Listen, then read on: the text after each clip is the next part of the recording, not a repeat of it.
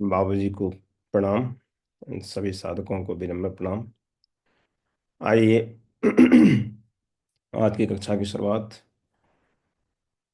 सविता देवता का ध्यान करते हुए गायत्री मंत्र हमारे साथ साथ। ओम भूर्भुवः स्वाहा तत्सवितुर्वरेण्यं भर्गो देवस्य धीमहि धियो यो नः प्रचोदयात्।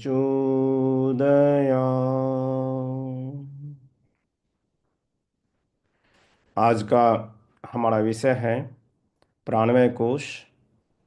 उसका पूरा परिचय लेंगे और उसका कैसे परिष्कार किया जाए, विकास किया जाए, और इसका जो किस उद्देश्य से बना है प्राणमय कोश, इसको हम लोग क्यों कोश बोलते हैं, इसका क्या कार्य है, इसको जानने का हमको क्या फायदा है। अगर ये इसको नहीं जानते हैं और ये अगर इसको प्योरीफाई नहीं करते हैं और या इसको अनकवर नहीं करते हैं तो इसका क्या दुष्परिणाम हो सकता है। तो ये सब बातों पर आज हम चर्चा करेंगे और इसका क्या क्या उपाय है। तो ओवरऑल हम इसको डिस्कस करेंगे और मेन डिटेल जो स्टेप्स है वो हमारे आगे अगले क्लास में होगा। और भी इसका जो क्या उपाय है उस उपाय पर हमारे और भी शिक्षक गण डिटेल में चर्चा बाद में करेंगे। तो हम लोग इसको आज ओवरऑल देखते हैं कि इसका क्या क्या और डिटेल्स क्या है, ओवरऑल क्या इसका पिक्चर है, हमारे लिए क्या है इसके ये कर सकता है। और ये प्राणमय कोश बहुत ही महत्वपूर्ण है इस बात के लिए कि ये सिर्फ आध्यात्मिक साधक के लिए जरूरी नहीं है, बाकी सभी के लिए, चाहे वो गृही हो, त्यागी हो, सन्यासी हो, चाहे स्टूडेंट हो, चाहे कोई प्रोफेशनल हो, चाहे गृहस्थ हो, चाहे लेडीज हो, जेंट्स हो, बच्चे हो, बूढ़े हो, सबके लिए ये प्राणमय कोश जरूरत, ये लाभदायी है। अगर इसका प्योरिफिकेशन हो जाता है तो सबके लिए है। तो हम आज उसी पंचाग्नि विद्या के बारे में जानेंगे कि जो कि एक जीवित शरीर को निर्जीव शरीर से अलग करता है, जिसके बिना प्राणी निर्जीव जैसा लगता है। अगर प्राणवान आदमी नहीं है तो पूरा एकदम जीवित रहते भी वो एक तरह से निर्जीव जैसा ही लगता है। हम आज की कक्षा को हम लोग जो एजेंडा रहेगा आज हमारा, उसको हम लोग ऐसे डिस्कस करेंगे कि इसका परिचय पहले लेंगे, इसमें इसका पूरा इंट्रोडक्शन कि क्या क्या हो सकता है प्राणमय कोश में, और इसका पूरा जो डेफिनेशन है, परिभाषा है, उसको देखेंगे। उसके बाद इसका क्या क्या कंपोनेंट है, घटक क्या क्या है और कैसे काम करता है, और इसका जो इम्पोर्टेंस क्या है, और ये कैसे ये फ्लो करता है। और इसका कुछ अगर टाइम मिला तो हम लोग थोड़ा सा सैंपल इसका उपयोग प्रैक्टिकल भी थोड़ा देखेंगे। और और आगे की कक्षा में हम क्या क्या सब होने वाला है उसके बारे में भी थोड़ा डिटेल्स करेंगे। तो जैसे कि अब हम लोग इसको इसका परिचय देखते हैं, इसका टोटल बैकग्राउंड इसका क्या है।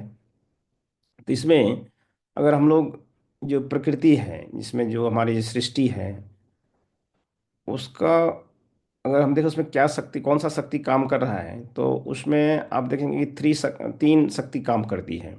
एक इच्छा शक्ति, ज्ञान शक्ति और क्रिया शक्ति। तो इसी तीन शक्ति से जितने भी सारे सृष्टि का संचालन होता है, सृष्टि का क्रिएशन होता है, इसी तीन शक्ति से होता है। और हम हमारा जो आज प्राणमय कोश की जो बात कर रहे हैं हम लोग, तो वो इस क्रिया शक्ति के अंतर्गत आता है। तो जैसा कि प्राणमय कोश नाम से ही स्पष्ट है, प्राण प्लस मय प्लस कोश। तो प्राण क्या हो गया? प्राण वही जिस जीवनी ऊर्जा, और मय मीन्स जो पूरा भरा हुआ है, उससे उससे बना हुआ है। और आवरण, कोश मतलब आवरण। तो आवरण किस चीज़ का आवरण है ये, इसको हम लोग क्यों आवरण बोलते हैं, ये किस चीज़ का आवरण है? तो ये आवरण जब भी हम बोलते हैं तो वो जो ओरिजिनल चीज़ है उसको ढक देता है, उसी को आवरण बोलते हैं। तो ये जो आवरण है हमारे आत्मा को कवर कर देता है। जो हम आत्मा का जैसा है, जो रियल सेल्फ है, उसको हमको किसी और रूप में दिखाता है ये। हम जो हैं ओरिजिनल वो नहीं दिखता है, बल्कि कुछ और ही दिखता है। जैसे कि कोई लाइट का सोर्स है, अगर उसके ऊपर में हम लाल रंग का कवर डाल दें, प्लास्टिक डाल दें, तो हमको कैसा, वो प्रकाश क्या लाल जैसा दिखेगा, जो कि लाल है नहीं वो। तो उसी तरह से जो हमारे आत्मा का जो स्वरूप है, उस रूप में हमको नहीं दिखाते हैं, बल्कि हमको किसी और रूप में दिखाते हैं। और वो क्या रूप है, तो उस तरह से हमारे जो जो अध्यात्म है उसमें हम जैसे पांच कोष की चर्चा करते हैं, तो हमारे आत्मा के ऊपर पांच तरह का आवरण है। तो हम लोग पिछले कक्षा में अन्नमय कोष के रूप में आवरण का देखें, उसको कैसे अनावरण किया जाए। और आज हम लोग उसका सेकेंड लेवल में, सेकेंड जो आवरण है तो वो आवरण की बात कर रहे हैं। तो जितना बाहर वाली था, जब पहले वाला था, वो सब ज़्यादातर स्थूल आवरण है। मतलब जितना हम लोग अंदर जा रहे हैं वो उतना सूक्ष्म होते जा रहा है। जैसे अन्नमय ज़्यादा स्थूल था, उसके बाद अब प्राणमय है, ये ज़्यादा और ज़्यादा सूक्ष्म है। अब इससे जो मनोमय आएगा तो वो और ज़्यादा सूक्ष्म हो जाएगा। ठीक है। तो प्राणमय कोश क्या करता है, कवर कर देता है उनमें। तो कैसे कवर करता है उसका, जैसे प्राणमय कोश से जो घिरा हुआ आदमी है, जो कवर किया हुआ आदमी है, उसको कैसे, उसका कैसा पहचान कर सकते हैं हम लोग। तो जब हमारे जीवन का जब हम जिस इस कोष के जो व्यक्ति हैं, अगर उसके कोष में वो पूरी तरह से कवर है, तो उसका जो जीवन होगा पूरा, दो ही मेन एक्टिविटी रहेगा उसको, जैसे कि खाना और पीना, जो इसमें होता है। तो पूरा जीवन जो है, लाइफ का जो पर्पस है, इसी बात पर होता है कि क्या खाएं, कैसे खाएं, कितना काम करें कि हम इतना स्टोर कर सकें कि मेरा पूरा खाना और पीना अच्छा से चलता रहे, किसी तरह का कोई दिक्कत नहीं है। कहाँ खाना है, कैसे खाना है, क्या पीना है। आप आज देखेंगे कि जो भोजन का जो वैरायटी है आज, इतने सारे वैरायटी कैसे कहाँ से डेवलप हो जाता है। तो चूंकि लोग इसमें, बहुत सारे लोग इसमें इस कोर्स में हैं, तो उसी पर रिसर्च चलते रहता है कि आप देखिए north Indian food, south Indian, north Indian में भी देखेंगे तो यहाँ का फेमस, वहाँ का फेमस, जैसे बिहार का लिट्टी चोखा, चाहे दिल्ली का हो। तो तरह तरह के, और साउथ इंडिया में भी जो देखेंगे बहुत सारा जैसे गुजराती का, गुजरात का अलग वैरायटी है। और जैसे साउथ में भी अगर देखेंगे तो केरला का अलग वैरायटी है। तो फूड का जो वैरायटीज है, तो मैंने लोग इस पर इतना रिसर्च कर रहे हैं, क्यों? क्योंकि ये हमारा पर्पस है। बहुत सारे इस तरह से हम, माने ये हमारा इस जीवन का एक मूल लक्ष्य बनते जा रहा है। तो जो हम, हमारा जो मेन उद्देश्य था, जो हमारा आत्मा का, वो उससे हमको डिस्ट्रैक्ट करके उसमें हमको कुछ और के लिए पर्पस, हमारा पर्पस कुछ और है, लेकिन हम कुछ और के लिए पूरा अपने आप को इन्वॉल्व कर रहे हैं, पूरा बना रहे हैं लाइफ को। तो यही जो दूसरा आवरण है, यही प्राणमय कोश है, जिसके बारे में हम आज इसको बात करेंगे। तो इसको जैसे मोटा मोटी तौर पर अगर हम लोग देखना चाहें कि प्राणमय कोश कैसा है, माने ये कैसे काम करता है, और इसका जैसे डेफिनेशन देखेंगे, तो जैसे कि प्राणमय कोश जो है सो अन्नमय और मनोमय के बीच में एक कड़ी है, माने बीच में है, तो दोनों का कड़ी है। तो जब हम कड़ी की बात करते हैं, तो जैसे मान लीजिए आप एक कंप्यूटर है, तो कंप्यूटर हार्डवेयर जो है, हाँ, कंप्यूटर हार्डवेयर मतलब जैसे मॉनिटर है, उसका कीबोर्ड है, तो ये सब सारा हार्डवेयर है। जिससे हम कुछ चाहते हैं तो कीबोर्ड में टाइप करते हैं, तो उसके बाद उसको हमको वो स्क्रीन पे, कंप्यूटर के स्क्रीन पे हमको पूरा डिटेल्स आता है, उसका पिक्चर या जो भी है। तो अगर मान लीजिए कि हमारा मन है, और मनोमय कोश में हमारा मन है, और यहाँ पे अन्नमय कोश में ये हमारा हार्डवेयर से है, पूरा कंप्यूटर का हार्डवेयर से। अगर पावर नहीं हो, करंट नहीं हो, तो ये दोनों कोष जो है सो एक दूसरे से कम्युनिकेट नहीं कर सकता। मैंने एक दूसरे, जैसे मन में हमको है कि हम इस कंप्यूटर पे कुछ काम करें, इस पर कोई पिक्चर देखें या कोई फिल्म देखें, तो वो हम नहीं देख सकते हैं, या उस पर कुछ हम अपना कुछ डॉक्यूमेंट टाइप करें, नहीं कर सकते हैं, क्योंकि उसमें पावर नहीं है। तो यही जो प्राणमय कोष जो है, यही इसमें बिजली और शक्ति का जो देता है, वो यही प्राणमय कोष देता है। तो उसके थ्रू क्या होता है, ये जो दोनों के बीच में ब्रिज का काम करता है। तो ब्रिज का काम मतलब, ब्रिज में क्या होता है कि दोनों तरफ से लोग एक जगह से दूसरे जगह जा सकते हैं। तो अन्य में से आगे की तरफ भी जा सकते हैं, और जो मनोमय है वो भी चाहेगा कि हम जो भी काम हमको कराना है, जैसे फिजिकल क्रिया के रूप में, तो वो अन्वय के थ्रू कर सकते हैं। तो इसलिए इसको सेतु, सेतु मैंने ब्रिज बोला जाता है। और ये ब्रिज इसके लिए सबसे इंपॉर्टेंट क्या हो जाता है इसमें, इन दोनों के बीच में कड़ी के रूप में, प्राणमय कोश। अगर प्राणमय का विद्युत नहीं रहेगा, बिजली नहीं रहेगी, अग्नि नहीं रहेगी, तो ये अन्नमय कोश काम नहीं कर सकता है, जो कि मनोमय जिसको कि उसको डायरेक्शन दे रहा है। तो ये एक डायरेक्शन से हुआ, लेकिन उसी तरह से ये दूसरे डायरेक्शन में भी काम करता है। जैसे कि हम जो लोग अन्नमय में हैं उसको उसको आगे बढ़ाने के लिए, जैसे मनोमय में जाने के लिए, उसमें भी एक्सेस देता है। जैसे कि आप मान लीजिए कोई बड़े ऑफिस में जाते हैं किसी ऑफिसर से मिलने, तो उससे पहले जो उनका स्टाफ रहता है, उनका जो सिक्योरिटी रहता है, तो पहले हमको उससे कंसल्ट करना पड़ता है, उसको कंट्रोल करना पड़ता है कि भाई हमको उनसे मिलना है, तभी जाके वो हमको उससे एक्सेस देता है। जब हमसे उनसे परिचय हो जाता है ऑफिसर से, तब हमको बाद में इनका जरूरत नहीं पड़ता है। तो ठीक इसी तरह से इसमें है कि हमको जब मनोमय कोश में एंट्री लेना है, तो उसके लिए हमको प्राणमय कोश को साधना पड़ता है। और जब प्राणमय कोश सज जाएगा, तभी हम उसके एक्सेस कर पाएंगे उस मनोमय कोश को। और एक बार जब मनोमय कोश में हम पूरी तरह से चले गए, तब हमको फिर प्राणमय कोश उतना डिस्टर्ब नहीं करेगा। फिर आपको जैसे किसी ऑफिसर से आपका जान पहचान हो जाए, तो फिर उनका जो सिक्योरिटी गार्ड है वो आपको तंग नहीं करेंगे, वो आराम से आपको आने जाने देंगे। तो ठीक इसी तरह से इसका अ, ये काम करता है। मैंने उसको ऐसे एनालॉजी के रूप में देख सकते हैं इस तरह से, और इसका क्या उपयोगिता है। और चूंकि मनोमय कोश जो ज़्यादा सूक्ष्म है, और प्राणमय कोश जागृत होना बहुत ज़रूरी है हमारे आगे की कक्षा के लिए। और इसमें इसको कैसे एक्सेस देता है ये प्राणमय कोश, तो इसको एक रमन महर्षि का एक अच्छा सा श्लोक है इसमें उपदेश सार में। वायुरोधेन लियते मनः जाल पक्षिवत् रोध साधनम। तो वायु रोधना लियते मनम। तो वायु रोधना मतलब क्या, प्राणायाम, प्राणायाम माने वायु को रोधन करना, मतलब इससे क्या होता है, मन लय में आ जाता है।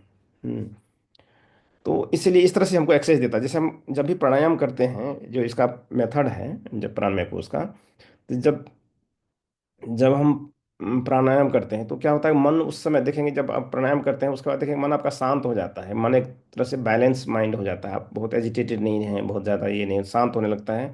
और फिर बहुत प्रोडक्टिव हो जाता है। जब भी तब उस समय आप जो काम करते हैं उसका क्वालिटी बहुत अच्छा होता है मन में, उससे जब उस समय वो इससे शांत रहता है।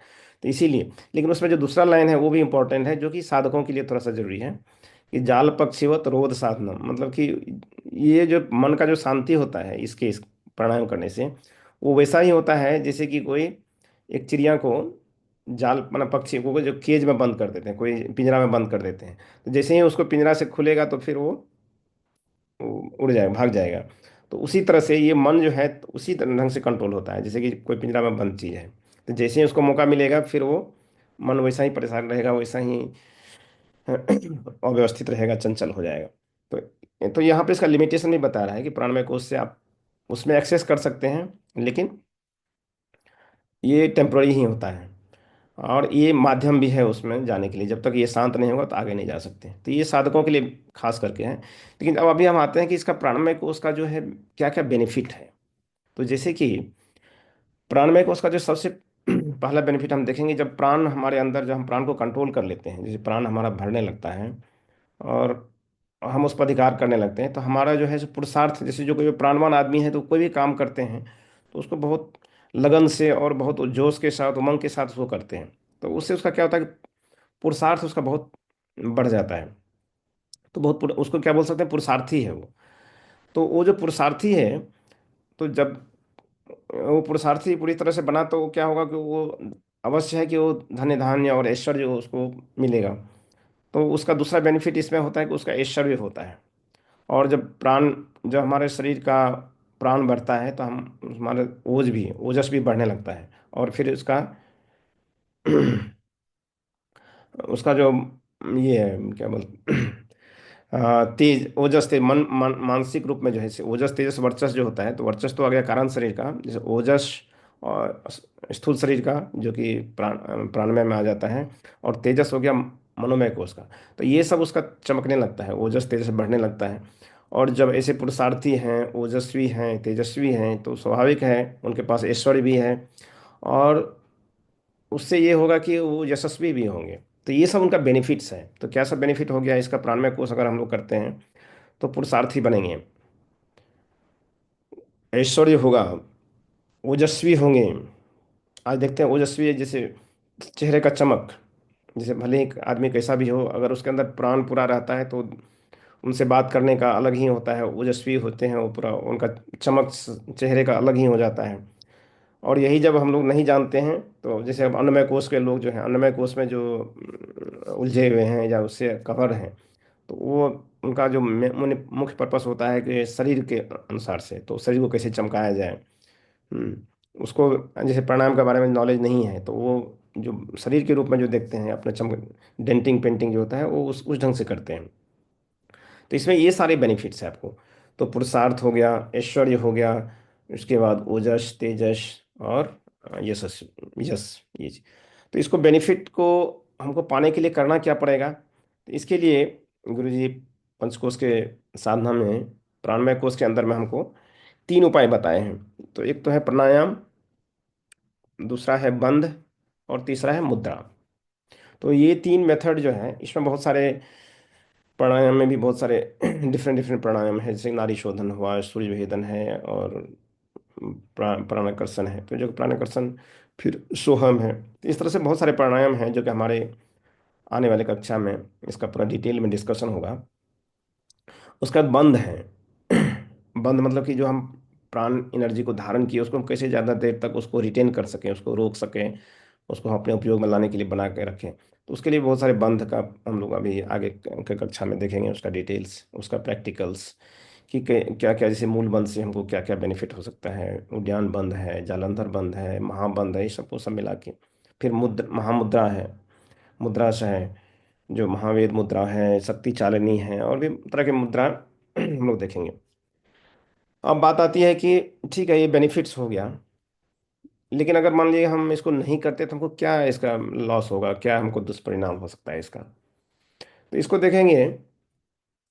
तो इसमें बहुत सारे दुष्परिणाम, जिसका अभी हम चर्चा नहीं करेंगे, आगे देखेंगे जब हम और डिटेल में जाएंगे, तो इसको देखेंगे इसका क्या क्या दुष्परिणाम अगर हम ये नहीं करते हैं, प्राणायाम को, उसको प्राणमय को, उसको अगर हम नहीं शुद्ध करते हैं, तो हमको क्या क्या डिफिकल्टी आ सकती है।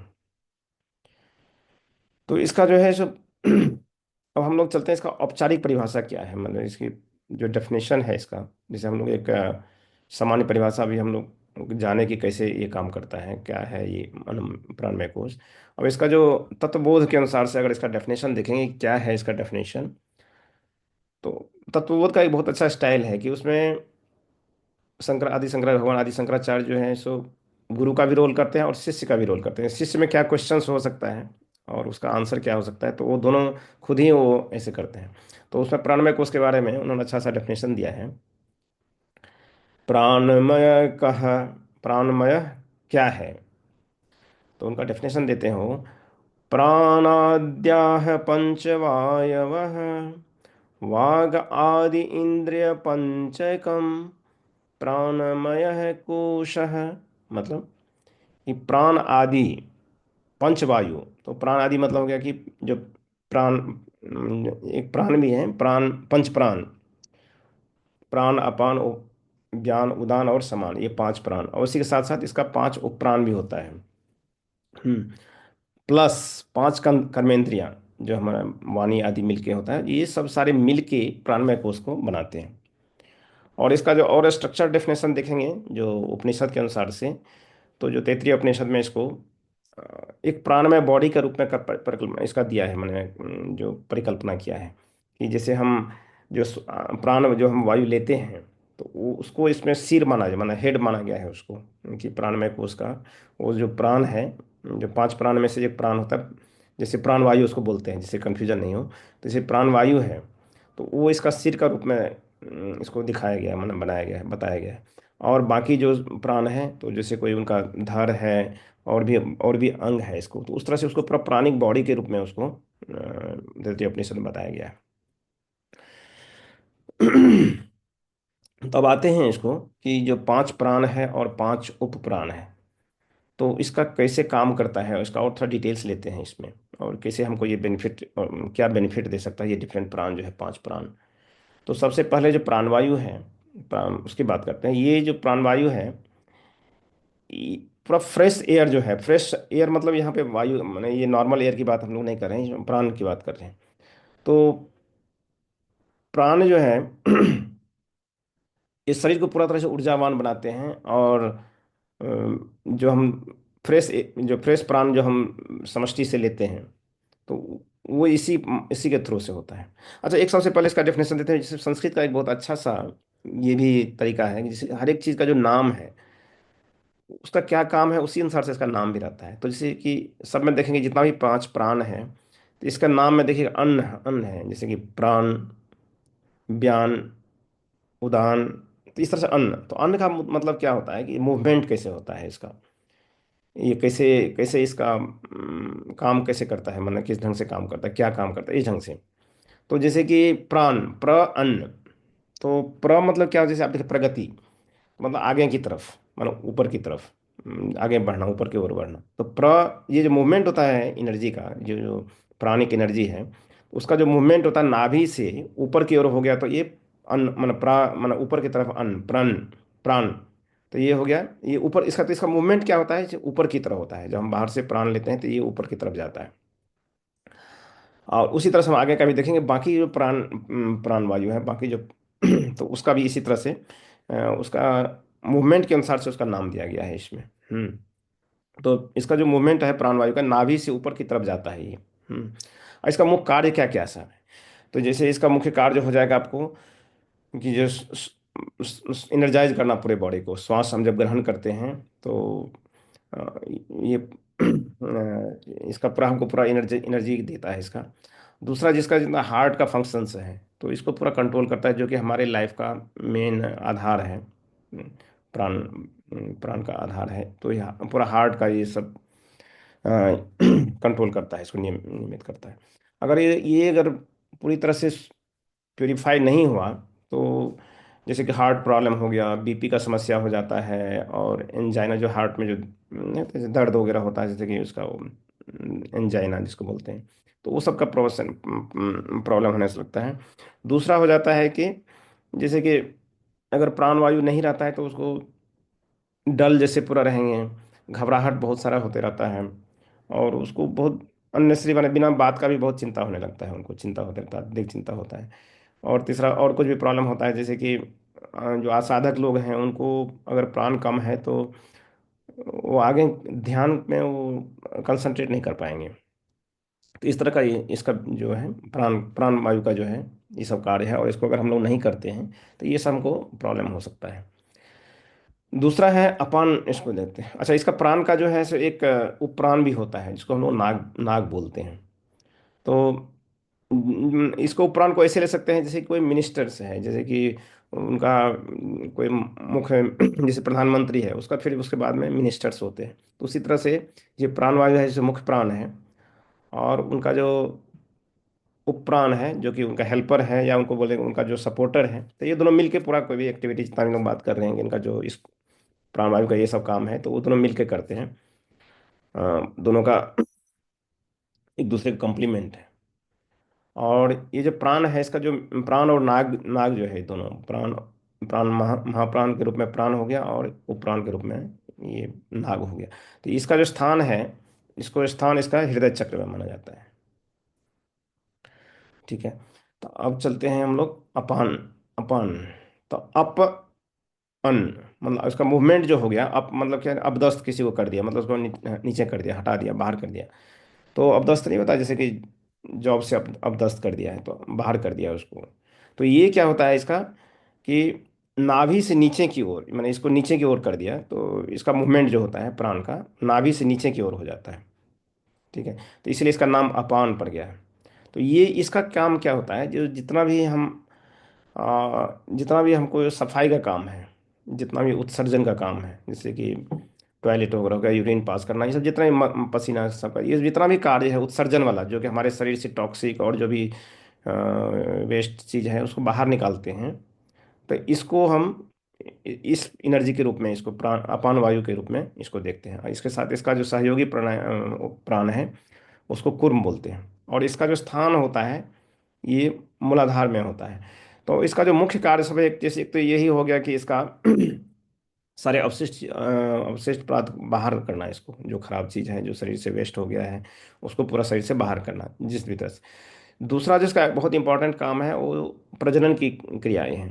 तो जो भी जैसे रिप्रोडक्शन सिस्टम होता है तो वो इसी के आधार पर काम करता है। और एक बेनिफिट इसका और भी है, इसका जो और एक मुख्य कार्य है, जैसे बॉडी को ग्राउंडिंग करना। जैसे ग्राउंड करना मतलब जैसे आप कहीं खड़े रहते हैं तो उसमें ही बहुत, जैसे धरती के साथ इसका पूरा ग्राउंड होता है, तो वो उसका भी काम ये करते हैं। और दूसरा जैसे कि अब जैसे कभी कभी बहुत ज़्यादा गुस्सा हो गए, तो अगर हमारा अपान वायु सही है तो वो क्या करता है, जो शॉर्ट सर्किट होता है उस तरह से हमको एक्सेस एनर्जी, जो जिस समय जैसे गुस्सा हो गया या कोई तरह मन बहुत विचलित हो रहा है, तो उस समय जो होता है अपान वायु अगर उसका पूरी तरह से कंट्रोल्ड है तो वो जो एक्सेस एनर्जी हो जाता है तो उसको अर्थिंग के रूप में ही बाहर कर लेता है। तो लोग स्ट्रेस से बच जाता है। तो उसका भी काम करता है ये। तो ये आपको बैलेंस भी इसके कारण से देता है, आपको शरीर में और मन में बैलेंस देता है। और जो चूंकि मूलाधार के आसपास में जितने भी हमारे और भी अंग हैं तो उस सबको ये कंट्रोल करता है और उसको ये ठीक करता है। तो अगर मान लीजिए ये खराब हो गया, मैंने इस पर हम ध्यान नहीं दिए, इसका इफेक्ट क्या होगा अगर हम, ये हमारा अनबैलेंस रह गया। तो जब ये अनबैलेंस हुआ तो जितना भी मान जैसे मूलाधार के पास में जो भी जैसे बड़ी आंत है या ये सब जो निचले पेट का जो और भी अंग है, गुर्दे हैं, तो ये सब सारे डिस्टर्ब होने लगते हैं। जैसे कब्ज हो गया, अपच हो गया, बवासीर हो जाता है और गुर्दा के किडनी वगैरह का प्रॉब्लम होने लगता है। फिर जो जैसे कि लेडीज वगैरह में जो मासिक धर्म होता है उसका अनियमित होने लगता है, वो ठीक से काम नहीं करता है। और जैसे कि लेडीज और जेंट्स में भी अगर देखेंगे शरीर से तो पूरा स्वस्थ हैं, लेकिन फिर भी वो प्रजनन के रूप में वो नहीं हो पाता है, उनको उनको समस्या आती है। तो ये सब अपान वायु और कुर्म वायु के कारण से, अपान और कुर्म प्राण के कारण से ही ये प्रॉब्लम होता है। अगर उनका ये सही नहीं है तो जित कितने बहुत सारे लोग को देखेंगे जो बहुत स्वस्थ हैं फिर भी वो बच्चे नहीं पैदा कर पाते हैं, उनको समस्या आती है। तो ये सब इस अपान वायु के कारण से होता है, अपान प्राण का। तो हम अब आगे चलते हैं, इसका जो बयान है। तो जैसे बयान जब इसको, इसका जो तोड़ेंगे इसको, तो व्या अन्न मतलब व्या मतलब होता है व्याप्ति, जैसे कि पूरी तरह से हर जगह फैला हुआ। तो ये संचार प्रणाली जैसे हर जगह फैला हो रहा था, ये संचार प्रणाली के रूप में, कि आपको जो हम लोग अभी अन्न जो एनर्जी हमारे शरीर में आया जिस भी कारण से, जैसे प्राणवायु के कारण से आया, चाहे हम भोजन पचाते हैं उससे जो एनर्जी आया, तो उसको जो पूरे शरीर में सब जगह हर एक कोष को पहुंचाना। तो ये कार्य जैसे उसके लिए हमको पूरा सर्कुलेशन पूरा होना चाहिए, सब जगह पाइपिंग होना चाहिए हमारा। तो ये पाइपिंग वाला जो काम होता है, जो एनर्जी का जो पूरा जो प्रवाह होता है, तो ये बयान वायु माने हर जगह फैला हुआ है। तो इसके माध्यम से क्या करता है कि जो भी एनर्जी है, जो जैसे ब्लड जैसे है पूरा प्योरीफाइड ब्लड, तो ये हर जगह फैलाता है। जैसे इसको एनर्जी के रूप में। और जो भी हमारे दूषित प्राण है उस सबको फिर बाहर लेके आता है इसको, फिर जिस हम जो प्रश्वास के साथ बाहर निकालते हैं इसको। तो ये बयान का जो हो गया, ये डक्टलेस ये जो होता है ना, इसका कोई पाइप फिजिकली ये नल नस नस नाड़ी नहीं, माने नाड़ी होता है, तो ये कोई फिजिकल नहीं होता है। तो ये इसको क्या बोलते हैं, सूक्ष्म रूप से नाड़ी होता है। और हम लोग का जो सिस्टम है वो हम लोग आगे आगे भी देखेंगे इसको। तो कितने बहुत सारे नाड़ी जो है हमारे शरीर में, तो जो कि प्राण को जाने के लिए चैनल्स है, जो रास्ता है, तो उसको इसमें बोला जाता है उसको। तो ये क्या करता है इसको, कि पूरे शरीर में हमको संचार के रूप में जो भी चीज़ है उसको संचार के लिए सर्कुलेशन के रूप में और डिस्ट्रीब्यूशन के रूप में ये काम करता है इसको, ये वायु। और जब ये वायु कमजोर हो जाता है तब तब इसका साइड इफेक्ट क्या क्या हो जाता है इसका। तो वो देखेंगे कि जैसे संचार संबंधी, जैसे कोई आप किसी को देखेंगे कि कोई कोई अंग शून्य हो जाता है, जैसे कभी कभी देखेंगे कि कोई हाथ का कोई उंगली जो है सब शून्य हो गया, नमनेस आ जाता है। कहीं पे पैर में एकदम पूरा ऐंठन हो रहा है, मतलब क्रैम्प लग रहा है। और ब्लड प्रेशर का भी इसमें जैसे काम करता है, क्योंकि बहुत जगह ब्लड जब नहीं जा पाता है, मूवमेंट नहीं कर पाता है, तो उससे भी ब्लड का प्रॉब्लम हो जाता है, जैसे कि लो ब्लड प्रेशर हो गया, चाहे हाई ब्लड प्रेशर हो गया। तो ये सब इसके कारण से होता है, जैसे डिजीनेस आ गया, चक्कर आ जाता है। बहुत ज़्यादा पसीना आ रहा है। और जैसे थोड़ा सा भी काम किए थकावट लग गया, कमजोरी हो गया। और जैसे कि कभी और दूसरा चीज़ क्या हो जाता है, दूसरा चीज़ और क्या हो जाता है इसको, कि जैसे आप कुछ अंग को हिलाना चाह रहे हैं लेकिन वो हिल नहीं पा, कोई और ही अंग हिल रहा है। जैसे आप किसी चीज़ को पकड़ना चाह रहे हैं जैसे हाथ से, लेकिन वो किसी और कहीं और हाथ उसका मूवमेंट चला है, मतलब कि आपका कंट्रोल पूरा नहीं रह रहा मूवमेंट में। तो ये सब सारा जो काम होता है, तो आपको ये ध्यान वायु के ही आता है इसको। इसके साथ में इसका जो प्राण है वो धनंजय है। तो ये दोनों मिलके इसको करते हैं। अब देखिए नेक्स्ट प्राण प्राण जो है हमारा समान प्राण है उसको। तो समान प्राण में क्या हो गया, इसका जो नाम है सम, मतलब उसी जगह, जैसे कि नाभि में ही रह के सम अन, मतलब कि उसका मूवमेंट जो होता है वहीं पे रहता है, मतलब वो कहीं ऊपर नीचे नहीं जाता है, वहीं पे रहता है वो।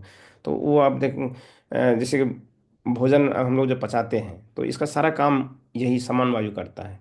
और जो हमको जठराग्नि है, अगर हमारा जठराग्नि ठीक नहीं है तो हम जैसे भोजन नहीं कर माना ये नहीं कर पाते हैं, ठीक से पचा नहीं पाते हैं, भूख नहीं लग रही है, तो ये सब सारा जो क्रियाकलाप है इसी प्राणवायु के अंदर में आता है, समान प्राण के साथ में। इसका साथ में समान के साथ में जो इनका उपप्राण है, इनका जो मिनिस्टर है वो है क्रिकल। तो समान और क्रिकल दोनों मिलके ये सारे भोजन का पचाना, और जो भी हम खाते हैं या जो भी पीते हैं तो उसको पूरा एनर्जी के रूप में परिवर्तित कर देना इसका काम है। और जब ये परिवर्तित कर देता है तो बयान का काम है सब जगह डिस्ट्रीब्यूशन करना। ठीक है। तो अगर असंतुलन हो गया तो हमको ये क्या प्रॉब्लम कर सकता है, तो इसको देखेंगे कि जितना भी हम जैसे डाइजेशन रिलेटेड जो भी प्रॉब्लम है, जैसे भूख ही नहीं लग रहा है, बहुत ज़्यादा भूख लग गया, तो उस जैसे पेट में बहुत ज़्यादा गैस बन गया। तो इसको हम ढंग से अगर पच नहीं भोजन नहीं पच रहा है तो वो गैस बनता है, पेट पेट में दर्द हो रहा है, फूल रहा है। और जैसे कि अगर हम ठीक से डाइजेशन नहीं होगा तो हम क्या करेंगे, जो पोषक तत्व हम जो खाए हैं तो वो हमको एनर्जी में कन्वर्ट नहीं हो पाएगा, तो वो भी एक प्रॉब्लम हो जाएगा। और इसका जैसे अगर समान वायु अगर ठीक से नहीं है तो मेटाबॉलिज्म होता है, जैसे हमारे जो मेटाबॉलिज्म होता है शरीर का वो भी घट स्लो हो जाता है। तो उसके कारण से क्या हुआ कि आप तो जो खा रहे हैं वो पचेगा नहीं, वो शरीर में नहीं लगेगा। और जैसे कि कभी कभी क्या होता है बहुत ज़्यादा ये मोटापा वगैरह भी हो जाता है इसके कारण से। तो ये सब सारा चीज़ प्रॉब्लम जो आता है इसका। और जो ठीक से अगर ये डाइजेशन नहीं कर पाए तो वो भी बहुत सारा टॉक्सिक एलिमेंट बनाता है इसका। और देखेंगे जो अगर सामान वायु खराब हो जा रहा है तो एक चीज़ और आता है कि जो लेजीनेस बहुत रहेगा, क्योंकि वो ठीक से काम नहीं कर पाए। जैसे आप जैसे देखिए भोजन करते हैं सबसे पहले, तो उस समय क्या होता है आपका पूरा आलस आने लगता है, लेजीनेस आ जाता है, क्योंकि सारा जो हमारा जो एनर्जी है वो सब उसको पचाने में लग जाता है। तो अगर मान लीजिए ठीक से डाइजेशन नहीं है तो आपका जो एनर्जी है बहुत देर तक इसी कार्य में लगा रह जाता है। हम्म। तो जब इस कार्य में लग जाता है तो इसीलिए एनर्जी बाकी जगह काम में उसको अवेलेबल नहीं रहता है, उपलब्ध नहीं रहता है, तो इस कारण से लोग आलसी बन जाते हैं। फिर इसमें निराशा की भावना भी आने लगती है इस टाइप की। तो ये सब सारा काम जो है जो समान वायु का है, अगर इसका ठीक से अगर इसका अनावरण नहीं किए तो ये सब समस्याएं हमको देखने को मिल सकती है। अब जो लास्ट हम लोग बात कर रहे हैं उसका, तो ये है उदान प्राण, उद। तो इसको जैसे उत प्लस अन, उत मतलब क्या हो गया कि नहीं होता जैसे कि हम चलना और एक तरह से बहुत तेज झटके से चलना, तो उत उत मतलब ये होता है बहुत तेजी से उठ जाना, मतलब ये जो सडन मूवमेंट, जैसे उल्टी हो गया सडन, तो अब रुकता नहीं, बहुत तेजी से हो जाएगा आपको। तो उसी तरह से इसको इसीलिए इसका मूवमेंट का नाम दिया उत्तर, sudden movement, sudden upward movement. तो ये एक तरह से रिवर्स है, मतलब रिवर्स प्रणाली भी है। और इसका बहुत सारा काम होता है, जैसे कहीं जो डकार वगैरह है, जैसे कोई चीज़ सडनली कुछ करना है, जैसे हमको उल्टी हो गया, कोई बॉडी जो सिस्टम बना हुआ है इसका कि अगर किसी तरह का कोई प्रॉब्लम है या कोई जैसे इंडाइजेशन हो गया, खाना नहीं ढंग से पचा, या कोई विषाक्त चीज़ हम लोग खा लिए, तो ये सब सारी चीज़ को सडनली बाहर निकाल सकता है, तो ये इसके थ्रू ही होता है, उदान उदान वायु के थ्रू। और ये अंतिम समय में जैसे कि जब शरीर जो जीवात्मा शरीर छोड़ती है तो उस समय शरीर को पूरी तरह से जो बाकी शरीर है, जैसे स्थूल शरीर को छोड़ के बाकी शरीर को जो निकालने का काम होता है मैंने शरीर से, तो इसी इसी प्राण के अंदर में आता है ये उदान के साथ। तो इसका जो सहयोगी प्राण प्राण है वो है देवदत्त। तो ये दोनों मिलके जैसे शरीर को झटके से बाहर निकाल देता है जब उनका अंत समय आता है तो। और ये खास करके साधक के लिए ये बहुत एक और इम्पोर्टेंट ये था क्योंकि ये विशुद्धि चक्र में होता है ये। तो ये क्या करता है कि हमको आगे का जो डेवलपमेंट है, जैसे कि आगे आध्यात्मिक विकास है, उसमें ये बहुत मदद करता है विशुद्धि चक्र। जैसे अगर डिस्टर्ब हो गया तो जो हम लोग जो देखते हैं कि बहुत सारे मैक्सिमम लोगों को अध्यात्म की तरफ झुकाव नहीं होता है, तो इसी इसी के कारण से होता है इस जो उदान जो प्राण है, क्योंकि ये हमको आगे की कक्षा के लिए जागरूक करता है, वो ऊंचे स्तर पर पहुंचाने का काम करता है।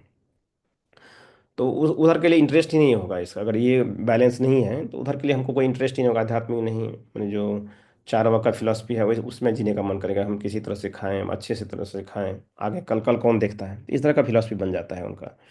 तो और अगर जैसे फिजिकल लेवल में देखेंगे तो जैसे गला का समस्या है, जैसे कि कोई बात कर रहे हैं उनका बोलने का जो ढंग, मतलब बोल नहीं पा रहे ढंग से, हकला रहे हैं या मतलब आवाज़ बैठ रहा है, तो ये सब सारा काम जो वाणी संबंधी जो भी है तो ये इसके इसमें ही आता है। और जैसे कि थायराइड हो गया, ये सब थायराइड का समस्या जो आता है तो वो सब भी इसी प्राणवायु के कारण से, गड़बड़ी के कारण से होता है। और जैसे मेमोरी आपका ठीक नहीं है, तो वो सब जैसे कन्फ्यूजन बहुत हो रहा है, तो वो सब उदान प्राण के अंदर ही आ जाता है, उदान। तो ये सब क्या हुआ कि जैसे कि अब देखिए जो प्राण, ये सब पांच प्राण हैं और उसके साथ में पांच उपप्राण।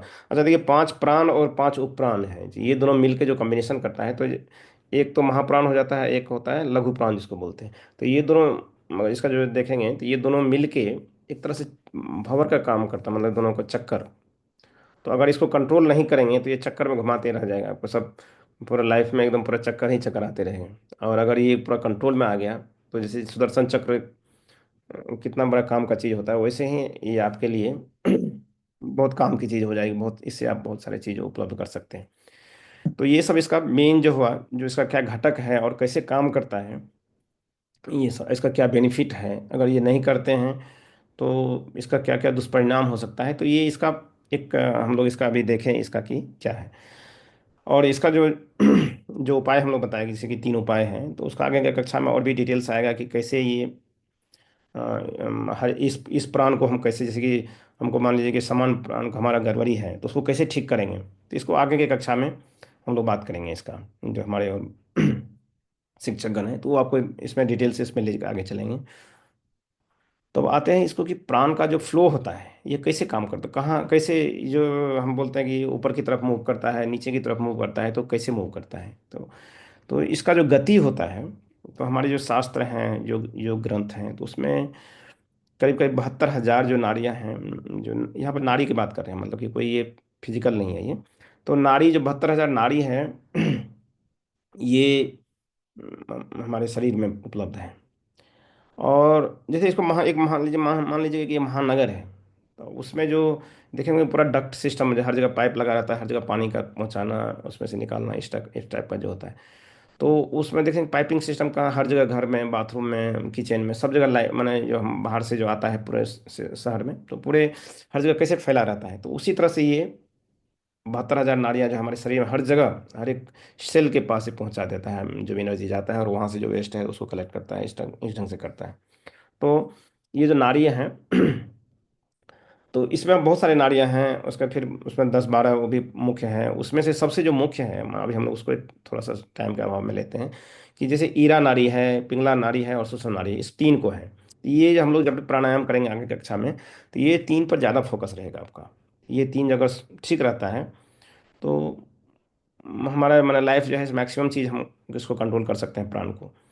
तो फर्स्ट में जैसे ईरा है, तो ये जो लेफ्ट साइड में हमारे बॉडी का लेफ्ट साइड में है, तो ये इसमें इसका नेचर जो है सो शीतलता, मतलब ये जो जितना भी शीतल, मतलब कोल्ड या कोई क्रिएटिव काम, रचनात्मक काम जो करते हैं, तो ये इस प्राण के, इस नाड़ी के थ्रू होता है, इसका जो संचार होता है प्राण का इस नाड़ी के थ्रू होता है।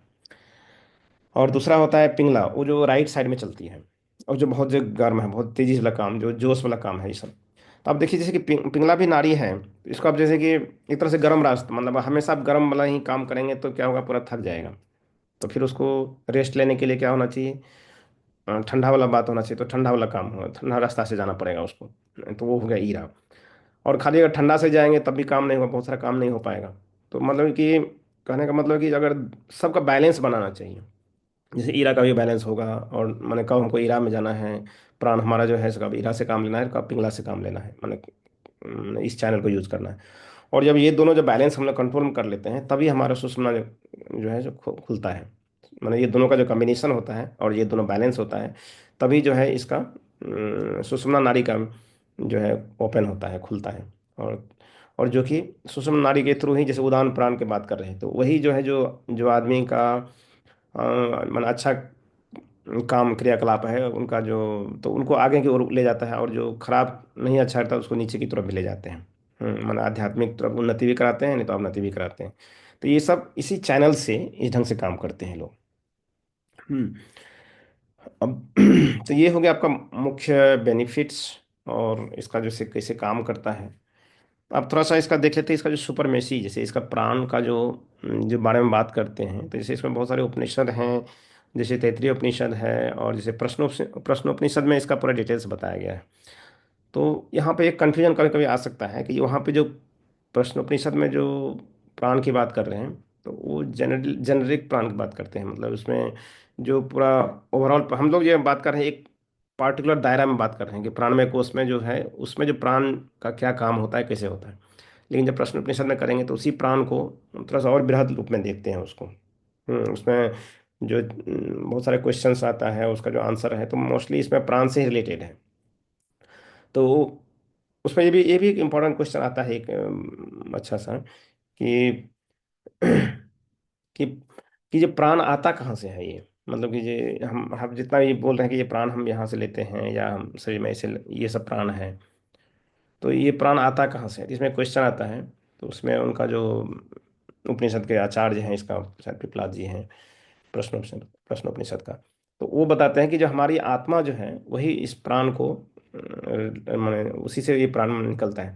तो मतलब ये जो हमारा जो आत्मा है उसी का जो एक्टिव रूप है, स्थूल रूप कर सकते हैं, ये प्राण है जो हम लोग देख पाते हैं। जैसे कभी कभी हम आप देखेंगे अच्छा से प्राणायाम या करेंगे तो उसमें जो चमकते हुए कण है, तो उस ढंग से हम लोग देखते हैं ये बहुत स्थूल रूप है उस प्राण का। लेकिन यही प्राण जो है डिफरेंट डिफरेंट लेवल पे काम करता है। जैसे मन के रूप में अगर करेंगे मनोमय में तो वहाँ पे तेज के रूप में आता है। कारण शरीर में भी वर्चस्व के रूप में आता है। तो यही प्राण जो डिफरेंट डिफरेंट लेवल में जाता है, तो उसका नाम मतलब उसका डिफरेंट डिफरेंट पर्पस होता है।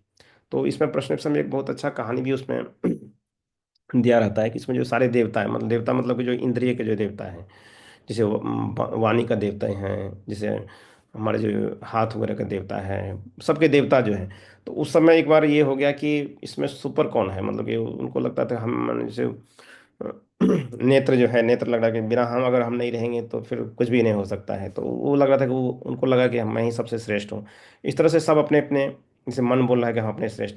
तो अब यहाँ देखिए, यहाँ जो प्राण की बात हो रही है हम लोग वो डिफरेंट है। तो इसलिए मैं थोड़ा सा ये कन्फ्यूजन क्लियर करना चाह रहा हूँ कि बाद में से हम प्राणायाम की बात करते हैं तो हर एक कोष के लिए अनुसार से इसका उसी प्राण को, वही जो प्राण आता आत्मा से जो निकलती है, तो उसी का डिफरेंट डिफरेंट वो ये होता है। मैंने उसका जो एप्लीकेशंस है उनका डिफरेंट डिफरेंट नाम भी है, और उसका जो फंक्शंस है, तो उसमें कंफ्यूज ना हो, तो इसके लिए मैं थोड़ा सा ये बता रहा हूँ कि आप प्राणमय कोष हम लोग जो बात किए हैं तो वो बहुत ज़्यादा स्थूल लेवल में आ गए, हम लोग बहुत ग्रॉस लेवल में आए। और उसके जो प्रश्न उपनिषद या और भी कहीं उपनिषद में जो प्राण की बात करते हैं तो उसमें कभी कभी इसमें भी आता है और कभी आगे की बात भी होती है। तो इसलिए हमको उस ढंग से देखना है इसको। तो इसमें सुपरमेसी उसको यही दिखाया है कि जो प्राण जो है सबसे ज़्यादा सुपर है, मतलब सुप्रीम है, और हमको उसके लिए बहुत सारा काम करना चाहिए उसमें। तो इसमें वही सब जो वो बोलने लगा कि भाई हम ज़्यादा श्रेष्ठ हैं, ये हम ज़्यादा श्रेष्ठ हैं, तो फिर प्राण बोला कि नहीं, मैं ही 5 भागों में विभक्त हो गए या जो है ये सबको सबके क्रियाकलाप चलाता हूँ, और मैं ही सबसे हो। तो जब उसको नहीं मान रहे थे तो फिर प्राण क्या किया, अपने आप को रिलीज करना शुरू कर दिया। जैसे जैसे रिलीज शुरू हुआ तो सब परेशानी में फंस गए, कोई मैंने कोई काम नहीं कर पा रहा था ढंग से। तो सारे जो देवता हैं, मैंने सारे इंद्रिय के देवता जो हैं, तो उन्होंने एक स्वर से इसको एग्री हुआ कि नहीं, ये बात सही है। प्राण ही सबसे ज़्यादा मुख्य है इसका, मतलब प्राण ही इसका इसमें ये कर सकते हैं। तो, तो ये हो गया आपका ओवरऑल प्राण का। तो हम लोग इसको तो ये एक तरह से हम इसको समराइज करते हैं अभी, जैसे कि अब ओवरऑल हम लोग इसका देख ही लिए कि क्या क्या प्राण है, कैसे काम करता है, कैसे फ्लो करता है, क्या अगर हम इसको नहीं करें तो इससे हमको क्या क्या हानि हो सकती है। कैसे करेंगे वो तो आगे के कक्षा में बात होगी। और हम लोग एक थोड़ा सा एक डेमो छोटा सा ले लेंगे इसमें, कि डेमो इसमें कि कैसे इसको करें। तो मोटा मोटी इसको देखेंगे, ये सिर्फ शारीरिक स्वास्थ्य नहीं देता है प्राणमय कोष का, अगर हम लोग इसको नियंत्रण करते हैं, बल्कि ये अ, आध्यात्मिक मार्ग में भी, जो हम लोग पंचकोश में आज जब भी क्लास में है, ज़्यादातर हमारे जो अपने साधक लोग हैं तो इसमें सब आध्यात्मिक पर्पस से के लिए आगे बढ़ने के लिए काम कर रहे हैं यहाँ पे। तो ये हमको आगे की कक्षा के लिए भी पूरी तरह से तैयार कर देता है, एक प्लेटफॉर्म हमको देता है कि हम इसको पूरी तरह से इसको उपयोग करके कैसे आगे की कक्षा में तभी हम माने जा सकते हैं। जब हमारा प्राण शांत रहता है तभी हमारा मन कंट्रोल में आएगा, और जब मन कंट्रोल आएगा तभी हम आगे के जैसे कि विज्ञानमय कोश और आनंदमय कोश की यात्रा कर पाएंगे। नहीं तो फिर हम लोग इसी में प्राणमय कोश के ही आवरण में उलझ के रह जाएंगे, और हम खाने पीने के ही क्रियाकलाप में लगे रहेंगे। और यहाँ तक कि खाने का भी क्रियाकलाप हम लोग ढंग से अगर नहीं कर पाएंगे, अगर मान लीजिए देखिए कोई आदमी अगर किसी से मिलते हैं, तो आप दो तरह के आदमी को देखेंगे। एक तो होता है कि बात करेंगे तो हाँ आ रहे हैं या जा रहे हैं, मतलब इस तरह से लगेगा कि बहुत ही उसमें एनर्जी बहुत कम है। और ऐसे लोगों से मिलेंगे तो आपको मन करेगा कब यहाँ से निकल लें या कहाँ यहाँ से चले जाएं। और कुछ लोग ऐसे भी होते हैं जो बहुत प्राणवान आदमी होता है, उनके पास बैठने से लगता है कि एक तरह से आपको बहुत अच्छा सा सुकून मिलता है। तो ऐसे लोग उनके साथ बात करने से, या वो भी आपको किसी तरह का भी हेल्प करते हैं। तो हर तरह से हर हर फील्ड में इसको, चाहे चाहे जैसे मान लीजिए घर में कोई माताएं बहनें जो भोजन बनाती हैं, तो वो अगर प्राणवान आदमी होगी तो उसका जो प्राण का इफेक्ट है वो भोजन पर भी पड़ता है। जो कि आपको बाहर से नहीं मिल पाएगा। हाँ, तो वो सब कैसे होता है, ये सारा सारा चीज़ जो है इसे प्राण का ही है। मतलब आप किसी भी काम को कर कर रहे हैं तो किस जोश के साथ कर रहे हैं, किसी से मिल रहे हैं किस जोश के साथ मिल रहे हैं। तो इसे सारा काम जो है इसे प्राणमय कोश के अंतर्गत ही आता है। तो ये हमारे लिए बहुत इंपॉर्टेंट है, हर एक साधक के लिए, चाहे एडवांस लेवल में हो या गृहस्थ के रूप में हो। तो सबके लिए ये हमको ये काम करता है इसको, और इसके लिए हमको सबको मिलकर प्रयास करना चाहिए। हम जितने भी इसमें प्राण हैं, पांचों प्राण हैं, हमें ये जो इसका जो देखे हैं अभी कि इसका अगर हम लोग नियंत्रण नहीं करते तो हमको क्या क्या समस्या आ सकती है। तो वो हमारा एक इंडिकेशंस है।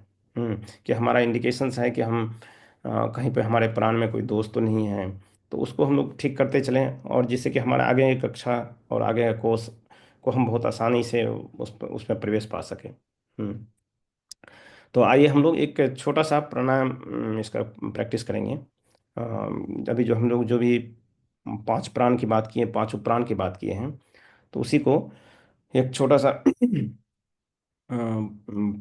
इसको करते हैं प्रैक्टिकल। तो अभी आप देखिए कि जैसे कि ये पांच उंगली है, माने इसको हम मान के चलते हैं पांच प्राण है। तो ये पांच प्राण को, एक मिनट। हम्म तो पांच प्राण को हम जैसे कि ब्रह्मांड से, यूनिवर्स से हम ऐसे पांचों उंगली को ऐसे फैलाते जाएं ऊपर से, इनहेल करते हुए लंबी गहरी सांस लेंगे धीरे धीरे, कोई ऐसा नहीं, धीरे धीरे लेते चलेंगे। और फिर जब वापस वहाँ पे पूरा खींच लेंगे, पूरा प्राण वायु को पूरा खींचेंगे, और फिर धीरे धीरे करके वापस आएंगे, एकदम धीरे धीरे करके, जैसे जिस तरह से हमारा जो ब्रीथिंग का और ये हाथ का मूवमेंट एक साथ रहेगा। तो जैसे ऐसे करके धीरे धीरे करके हम वापस आ रहे हैं इसे। तो हम इसको रिलीज करते जाएंगे, अपना प्राण को छोड़ते जाएंगे मैंने। तो ये इनहेल करते हुए, ये एक्सहेल करते हुए। ठीक है। तो इसको हम लोग सिर्फ 5 बार करेंगे। तो एक बार जो आगे का कक्षा हम लोग सोहम का करते हैं तो वो भी इसमें प्राणायाम आता है। जैसे हम लोग आगे के जो साधक हैं, जो एडवांस लेवल के साधक हैं, तो जब वो ऐसे इनहेल करते जाएं तो उसमें ध्यान करें कि हमारे अंदर सो की भावना, सो की आवाज़ आ रही है, और सो की भावना से। और जब हम एक्सहेल कर रहे हैं, वापस आ रहे हैं, तो इसको हम धीरे धीरे करके रिलीज कर रहे हैं, तो उसमें हम की भावना से करते जाएंगे। हम उसमें हम का जो आगे कक्षा है उनको वो लोग समझ पा रहे होंगे, और जो नहीं है तो उनको खाली ब्रीथिंग का ध्यान करेंगे कि हम हमारे अंदर पूरी तरह से एनर्जी पूरी तरह से फिल भर रहा है। और ये जो हम जो पांच प्राण की अभी बात किए हैं, तो ये पांचों प्राण जो है हमारा पूरी तरह से शुद्ध होते जा रहा है, प्योरीफाई हो रहा है, कंट्रोल में आ रहा है। तो चलिए हम लोग नेत्र बंद करें और इसी प्रैक्टिस को करें। तो हम जैसे सो बोलेंगे तो आप ऊपर इनहेल करते जाएंगे, और जब हम बोलेंगे तो आप धीरे धीरे करके पीछे नीचे आएंगे। ठीक है। तो तो सबसे पहला हो गया, स्टार्ट करते हैं फर्स्ट। प्राण वायु को पूरी तरह से शुद्ध करते हैं, प्राण और नाक को।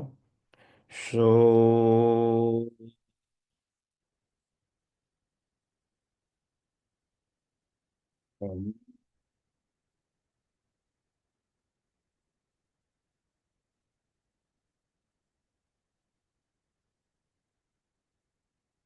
फील करें कि आपका प्राण वायु पूरी तरह से एनर्जाइज हृदय चक्र में। अब दूसरा करते हैं समान वायु के लिए। सो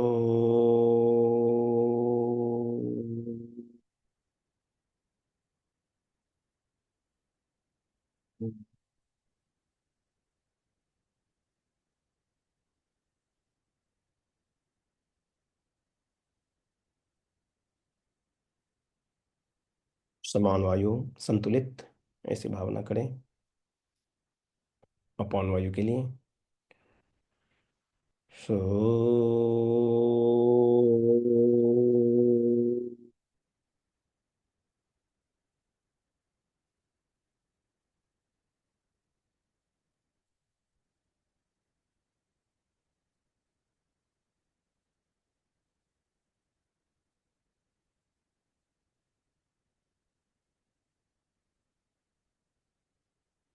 और बयान के लिए करते हैं। सो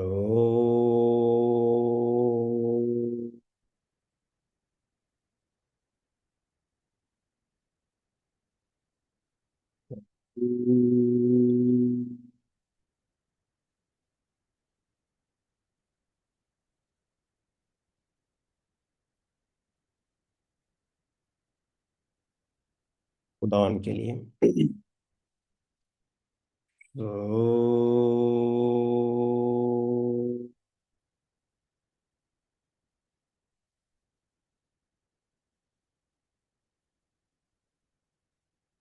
हम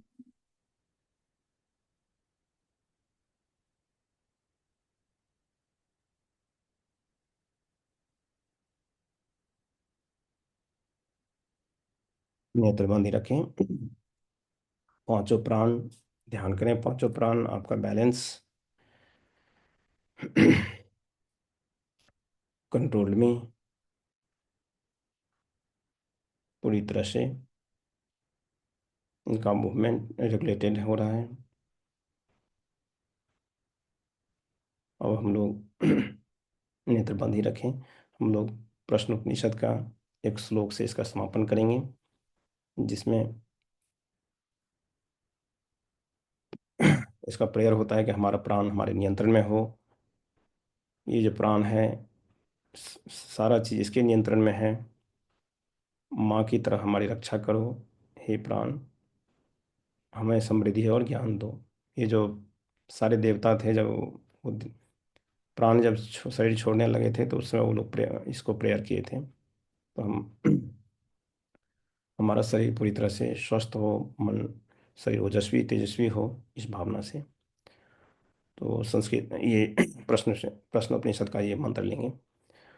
प्राणशयदं वसे सर्वं त्रिदिवे यत् प्रतिष्ठितं मातेव पुत्र रक्षस्व श्रीश्च प्रज्ञां च विदेहि न इति।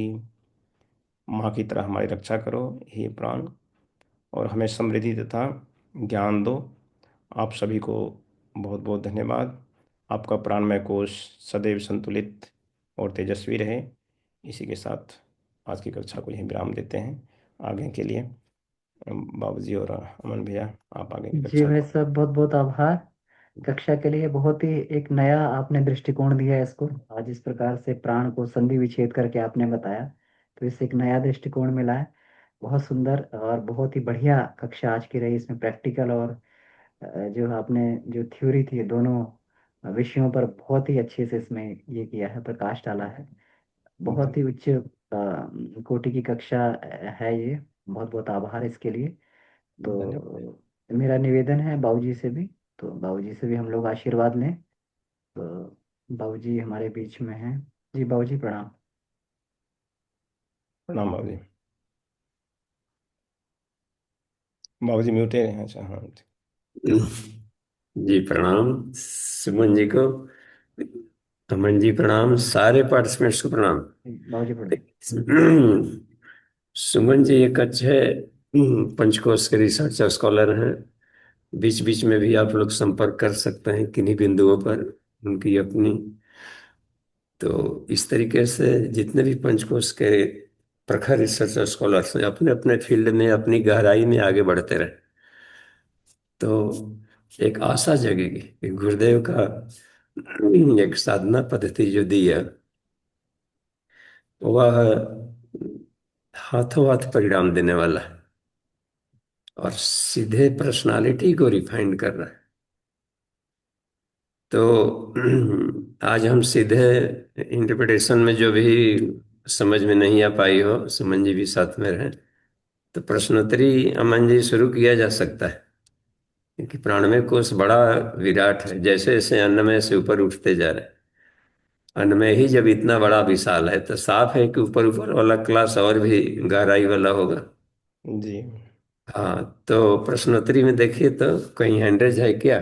जी, हम्म, एक चैट में वीरेंद्र प्रसाद यादव जी का प्रश्न है बाबूजी कि हम्म। भाई साहब प्रणाम, बहुत अच्छा प्रस्तुति, धन्यवाद। क्या कारण है कि काफी लंबे समय से प्राणायाम करने वाले प्राण के लाभ से वंचित हैं, कृपया प्रकाश डाला जाए। जी। तो सुमन जी देखिए, आपसे है, आप क्लास में हैं, आप देखिए इनका क्या प्रश्न है, उनका उत्तर दीजिए। जी बाबूजी, ये यही बता रहे हैं, ये इनका प्रश्न ये है कि बहुत सारे लोग बहुत प्राणायाम करते हैं लेकिन फिर भी उनका जो लाभ है उसको वो नहीं ले पाते हैं। हम्म।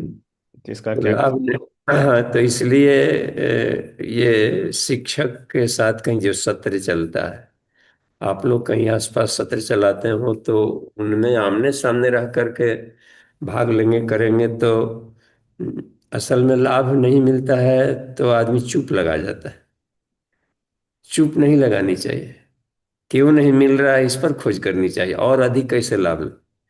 तो जो लाभ ले चुके हैं ऐसे मित्रों से दोस्ती रखनी चाहिए कि आप कैसे, हमको गियर फंस रहा है, हमको दिक्कत पड़ रही है, हमको इतना दिन लग रहा है, आपको कैसे कम लगा, तो आपस में क्रॉस बातचीत, संवाद शून्यता नहीं आनी चाहिए, संवाद को प्रखर बनाए रखें। तो स्वाध्याय मनन चिंतन बने रहता है। तो प्रैक्टिकल पक्ष है, हमेशा एक्सपर्ट्स के सामने करेंगे तो दिक्कत नहीं आएगी प्राणायाम का। प्राणायाम केवल हम लोग सांसों तक ही सीमित रह जाते हैं ना, ये भी एक कारण है सुमन जी। जी। हाँ, कि केवल श्वासों के एक्शन तक हम लोग सीमित रहेगा कि कर लिया प्राणायाम ही 10 बार धौंकनी चला लिए तो हो गया।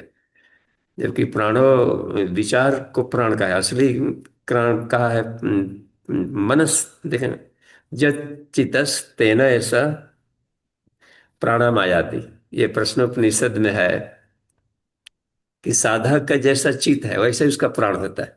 हम्म। इसका मतलब है कि चित्त शुद्धि, मन बुद्धि चित्त अहंकार सब प्राण के रिफाइंड स्टेट में, तो उस पर अधिक काम किया जाना चाहिए तो फ्रेशनेस आएगी उधर से पूर्ण।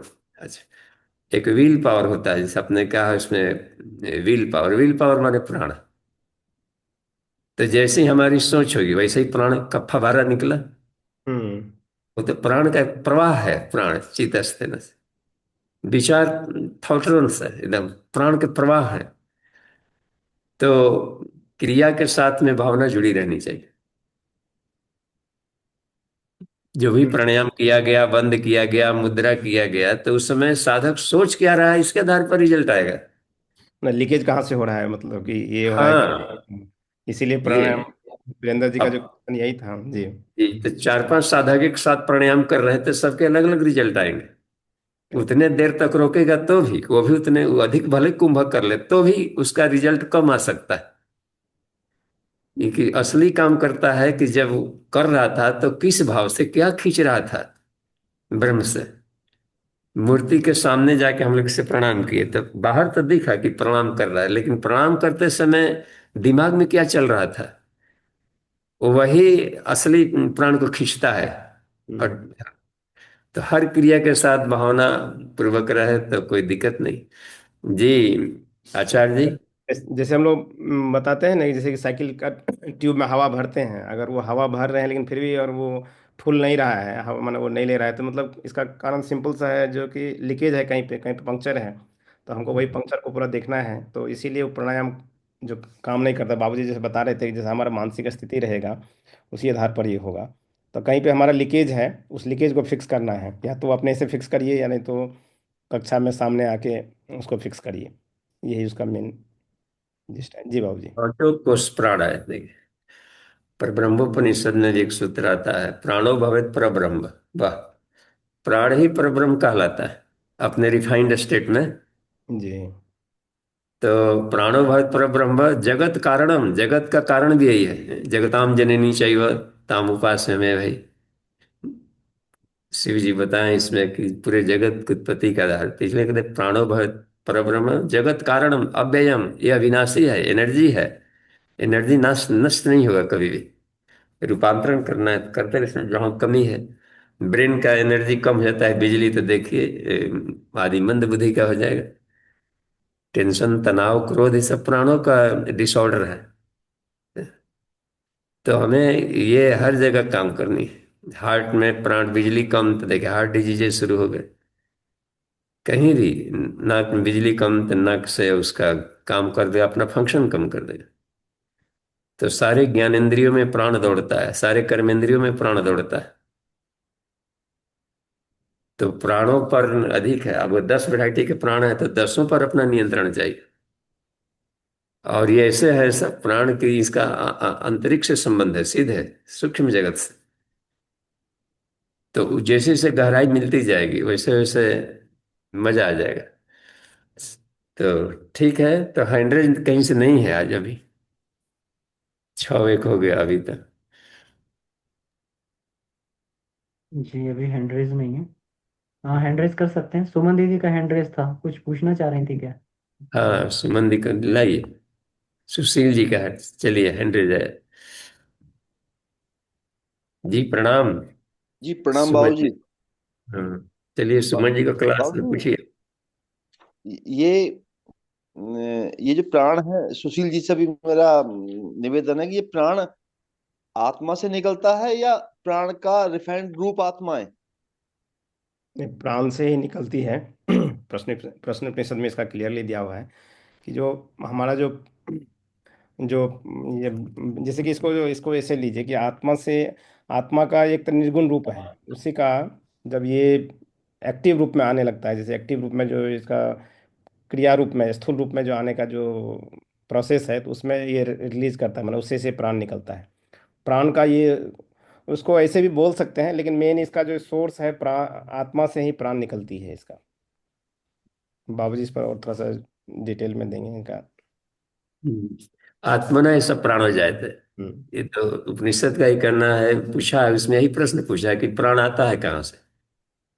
कहता है कि ये आत्मा ही उत्पन्न करेगा। तो ये है, इसका मतलब है कि सारा सृष्टि में प्राण, अब प्राण को इन्होंने जो क्वांटा शब्द का प्रयोग करते हैं वैज्ञानिक, उसको गुरुदेव ने कहा है कि वो प्राण को ही अपनी भाषा में बोल रहा है। और प्राण में दोनों तत्व रहता है, केवल वो एनर्जी नहीं है, वो ज्ञान युक्त ऊर्जा है। तो ज्ञान को कह दिया जाता है शिव और ऊर्जा को शक्ति कहते हैं। तो अर्धनारीश्वर, तो पहले ऋषि लोग अर्धनारीश्वर करके इसको पूजते थे प्राण को।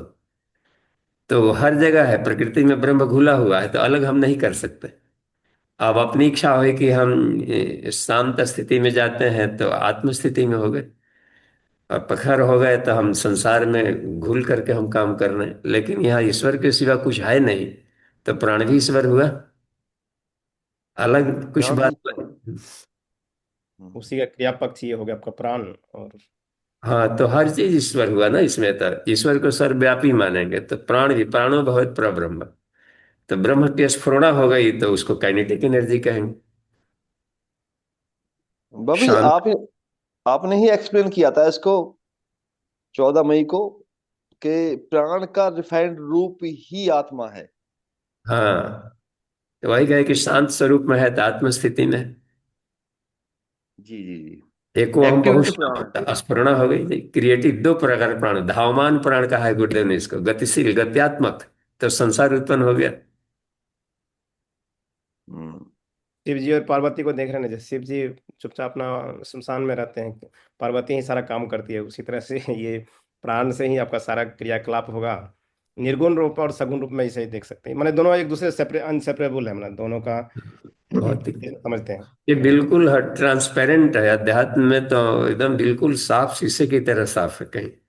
तो विज्ञान के ही ढंग से बढ़िया से समझा जा सकता है। जी। जी। तो सूक्ष्म है पारा साइंस, साइंस का थोड़ा सा, और अब विज्ञान वहां पहुंच गया है कि बढ़िया से अध्यात्म को वो भली भांति समझेगा। जी बाबू जी। धन्यवाद। बाबू जी, ये जो कहीं न कहीं कंट्रोवर्सी इस तरह की देखने को मिलती है, कि जैसे आप कहते हैं ना कि आत्मिकी का ग्रंथ केवल उपनिषद है। तो बहुत सी अब बातें हैं, अब मैं यहाँ पर नहीं हो सकती हूँ, कि कभी कभी ये होता है कि उपनिषद में क्यों लिखा हुआ है जी ये, मतलब ये कैसे प्रूव हो कि हाँ आत्मिक का ग्रंथ है ये उपनिषद। हम केवल कंपैरिजन तो कर लेते हैं कि जो और ग्रंथ हैं इसके बाद के जो यूरोप का दर्शन आया उसके कंपैरिजन में हमारा ये उपनिषद सर्वश्रेष्ठ है। बाकी कहीं कहीं इस शक गहरा जाता है कि हाँ ये भी एक मान्यता ही लेके चल रहे हैं हम। ये मान्यता नहीं, उपनिषद कहा जाता है इसे कि घी है। तो वेदों का सार उपनिषद, वेदांत कहते हैं इसको। इसका मतलब होता है कि अंत कहाँ होता है, सारी सृष्टि कहाँ जाके अंत होती है। तो जिस एक में जाके अंत होती है उसको पर उसको उपनिषद कह दिया। तो अब इसमें रह गया कि वेद में भी घुला हुआ है, दूध में तो घी घिला हुआ है। तो घी निकाल के फिल्टर कर, हमको घी की जरूरत है। अब गए बाजार से घी, हमको 250 ग्राम घी चाहिए। हमको 5 किलो दूध दे दिया, ले लीजिए इसी में से ढूंढ लीजिएगा, घर इसी में सब है। तो फिर माथापच्ची करना पड़ा, फिर वो लाइए मथानी लाइए, फिर ये लाइए चूल्हा चक्की लाइए, उसमें पूरा समय निकल गया। एक है कि फिल्टर करके निकाल करके दे दिए। तो जब परा अपरा दोनों विद्याएं पढ़नी चाहिए हमें। पेंगलोपनिषद बताया है, याज्ञवल्क्य ने कहा कि हे पिंगल, हमें दोनों विद्या जाननी चाहिए, संसार के भी, ताकि धरती को हम स्वर्ग बनाए, और आत्मिकी को, कि इसको हैंडल करने वाली सत्ता स्ट्रांग होनी चाहिए, हमारी अपनी आत्मसत्ता। तो दोनों विद्याओं को तो परा और अपरा कह दिया इसको। तो इस तरीके से प्योर आत्मिकी को उपनिषद कह देते हैं, अध्यात्म ज्ञान। और आत्म भौतिकी को इधर कह दिया था, अपरा कह दिया, दोनों हमें जरूरत है। तो दिक्कत तो कहीं नहीं है इसमें। अब पूरा वेद लेके बैठेंगे तो कहाँ कहाँ से ढूंढ कर लाएंगे। हाँ, एक केवल यजुर्वेद का 40वां अध्याय मान लीजिए, जो कहते हैं वो मिल गया, ईशावास्य। बाकी सब तो एक एक कण जहां तहां से उसमें से चुन चुन करके मणि मुक्तक की तरह इकट्ठा किया। तो फिल्ट्रेशन है ये वेदों का सार। जी जी जी बाबूजी, जी ठीक है जी, बाबूजी। ये ठीक। जयशंकर मिश्रा जी। हाँ, प्रणाम भाई। जी प्रणाम। सुमन भैया को प्रणाम। बाबूजी, एक जो प्रश्न आता है कि जैसे बाबूजी जो निगेटिव वर्क करने वाले लोग हैं समाज में, वो ज्यादा एक्टिव और ज्यादा मतलब आक्रामक, उनमें उनकी वाणी में ज्यादा बोझ दिखता है, लेकिन जबकि अध्यात्म वाली फील्ड में उस तरह से बाबूजी दिखता नहीं है। तो क्या मतलब इस तरह के वर्क करने वाले लोगों का प्राण बाबूजी क्षय नहीं होता ये? हाँ, तो अब यह है कि हमें एक पक्ष को हमने महत्व दिया, सतोगुणी को केवल महत्व दे दिया। सत्य, सत प्रधान शांत और मनोभूमि के बन गए, सत्य हो गए, सात्विक खान पान रहन सहन, एक पक्ष रखे। तो हम अपने आप को लिमिटेड कर दिया सॉरी। तो हमारा रज पक्ष और तम पक्ष कमजोर हो गया, एनर्जी पक्ष, बल पक्ष कमजोर हो गया। तो इस तीनों का संतुलन बिठाएंगे तब योगा कहलाएगा, त्र्यमेकत्र संयम। तो तीनों को लेकर चलना पड़ता है, ह्रीं श्रीं क्लीं तीनों गायत्री, सतरजतम का। उसमें हमें ज्ञान भी चाहिए, हमें संसाधन धन दौलत भी चाहिए, और शक्ति भी चाहिए। अब देखिए कौन बोल देगा आपके सामने, तो वो हमारा पुरस्कार है। हम पीछे रह गए तो डांट डपट के ले गया कि तुम क्यों शक्तिहीन रह गए।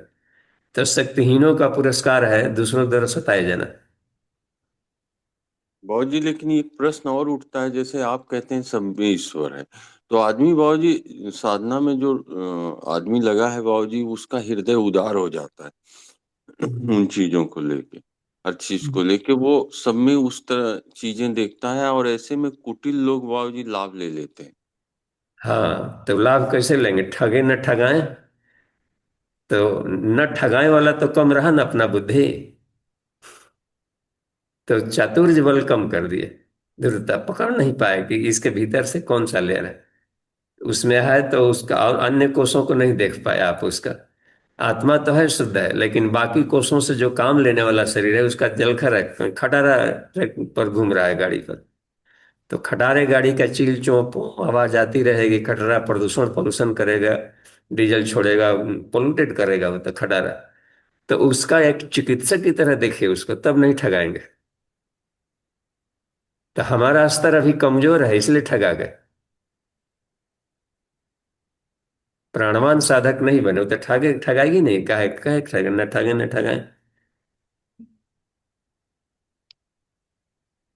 तो उसको ये है, तो अवॉइड ऑपरेशन करेगा, नहीं तो ऑपरेशन करता है। वृद्ध वगैरह को कौन ठगा, किसी ने नहीं ठगा। लगता भर रहा है कि वो राजपाट छोड़ दिए, छोड़ा नहीं है, उसे बड़ा माल पा लिया है कहीं। कोई साधु पकड़ नहीं छोड़ता है, सब ऋषि मुनि भी आते, इतना बड़ा था। वो राजा विश्वरथ, विश्वामित्र बन गया, वो सारा का सारा चक्रवर्ती राजा, वो छोड़ छाड़ दिया, छोड़ा नहीं। इसे भी बड़ा ब्रह्मांड मिल गया है उसको, पता नहीं था कि इसे भी बड़ा माल कहीं और है। तो ये पा लिया, अब इसके सामने कौन क्या करेगा, क्या चुराएगा। दंडायन ऋषि देखे सिकंदर तक को दंड दिया, भिक्षुक कह दिया, कहिए वो दंग धड़ंग पड़ा हुआ व्यक्ति सिकंदर को भिक्षुक कह रहा है। तो वो बोल्डनेस हमें आनी चाहिए इसमें। और इतना मजबूत होता है आध्यात्मिक आदमी की आप कल्पना नहीं कर सकते कितना मजबूत होता है। कभी कभी वो किसी भी अभाव में भी रह लेगा। अब बाकी लोग जो प्रावलंबी व्यक्ति अभाव में नहीं रहेंगे, कोई सामान महंगा हो जाता है तो बिलबिलाने लगते हैं, ये महंगा हो गया, चावल महंगा हो गया, और गेहूं महंगा हो गया, तो सोना महंगा महंगा हो गया, तो हम सोना नहीं पहनेंगे, काम खत्म। तो उसके लिए महंगाई क्या करेगा। चावल महंगा हो गया, चावल नहीं खाएंगे, केवल रोटी खाएंगे, ठीक है रोटी महंगा है, कुछ नहीं है, सब सब महंगा हो गया, आप क्या करिएगा। हम दुर्वासा ऋषि को औलाद हैं, हम दूब के घास खाएंगे। अब उसका महंगाई क्या कर सकता है उस व्यक्ति के। वो बहुत पावरफुल होता है आध्यात्मिक व्यक्ति। वो है ना, वो ऐश्वर्य है उसके पास, ऐश्वर्य माने आत्मबल है। और सबसे बड़ा बल है आत्मबल। अभी हम लोग धन बल शक्ति बल इसी में फंसे हैं, इसलिए कहते हैं उसको श्रेय दे दिया, उसका बढ़ गया भाई, उसका बढ़ गया। और वही डर डर के रह रहा है, देखते हैं ना जितने होते हैं सब दूसरों को तंग करने वाले, तो छुप छुप करके ही होते हैं। जिसको क्या तो प्रॉक्सी वार कहलाता है, किसे छुप छुप के करना। बहुत तगड़ा नहीं है वो, बहादुर आदमी ये रहता है। तो वो डरा डरा रहता है, पुलिस मत आ जाए, ये मत आ जाए, वो मत आ जाए, तो बहादुर कहाँ कहलाया। तो है उसको हमें ये है, तो हमें महत्व भी देना है दोनों का। अपना काम है कि हम अपना बचाव करें, और अपने अपनी रास्ता अपना तय करें। अपना ईमान और भगवान दो को लेकर चलते रहिए, न ठगे न ठगाएं, तो बहुत दिन तक वो नहीं परेशान करेगा। हम आक्रमण जैसी बात ना करें, क्योंकि उसके लिए अभी प्रजातंत्र में फैकल्टियां खुल गई, विभाग खुल गया है कि उसको संभालने वाला। लेकिन आत्म विकास का कोई विभाग ऐसा नहीं खुला, वो सिर्फ करना होता है। जी मिश्रा जी। हाँ भाई जी, समझ में। हाँ हाँ जी, ठीक है, धन्यवाद, आगे बढ़ते रहे। पापा जी। जी बाबू जी प्रणाम, सुमन भैया प्रणाम। जी, प्रणाम। आ, बाबू जी ये सोहम को कैसे वो स्थित किया जाए, हर पल वो सोहम का ध्यान कैसे किया जाए। हम लोग करते हैं थोड़ी थोड़ी देर तो फिर भूल ही जाते हैं, और इसको स्थित, इसमें स्थित कैसे रहना है सुमन। हाँ देखिए, सोहम प्राणायाम प्राणमय कोश में भी आएगा, और सोहम साधना विज्ञान में कोश में भी है। जी जी। एक भावनाओं का है विस्तार, और एक है अपने बल का, एनर्जी का विस्तार है।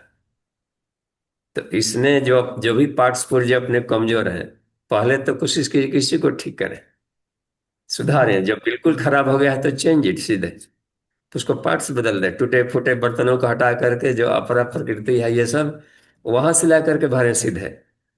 तो ये भी एक ट्रांसप्लांटेशन जो कि सोहम प्राणायाम से किया जाता है।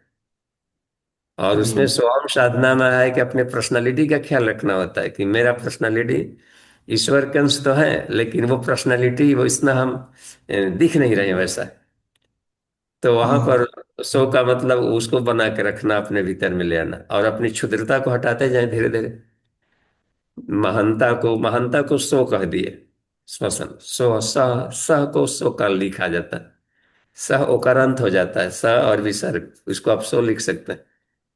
स्वस्ति नो बृहस्पतिर्दधातु, स्वस्ति न, न है न ओकारांत हो गया। तो सह माने वह माने परमात्मा। तो जो परमात्मा का सोच है, विचार है, वह है, उसको खींचें अपने भीतर भर लें, तो बिहेवियर वैसा ही होगा। तो हाँ सही रिटेंशन सही। चाहिए है।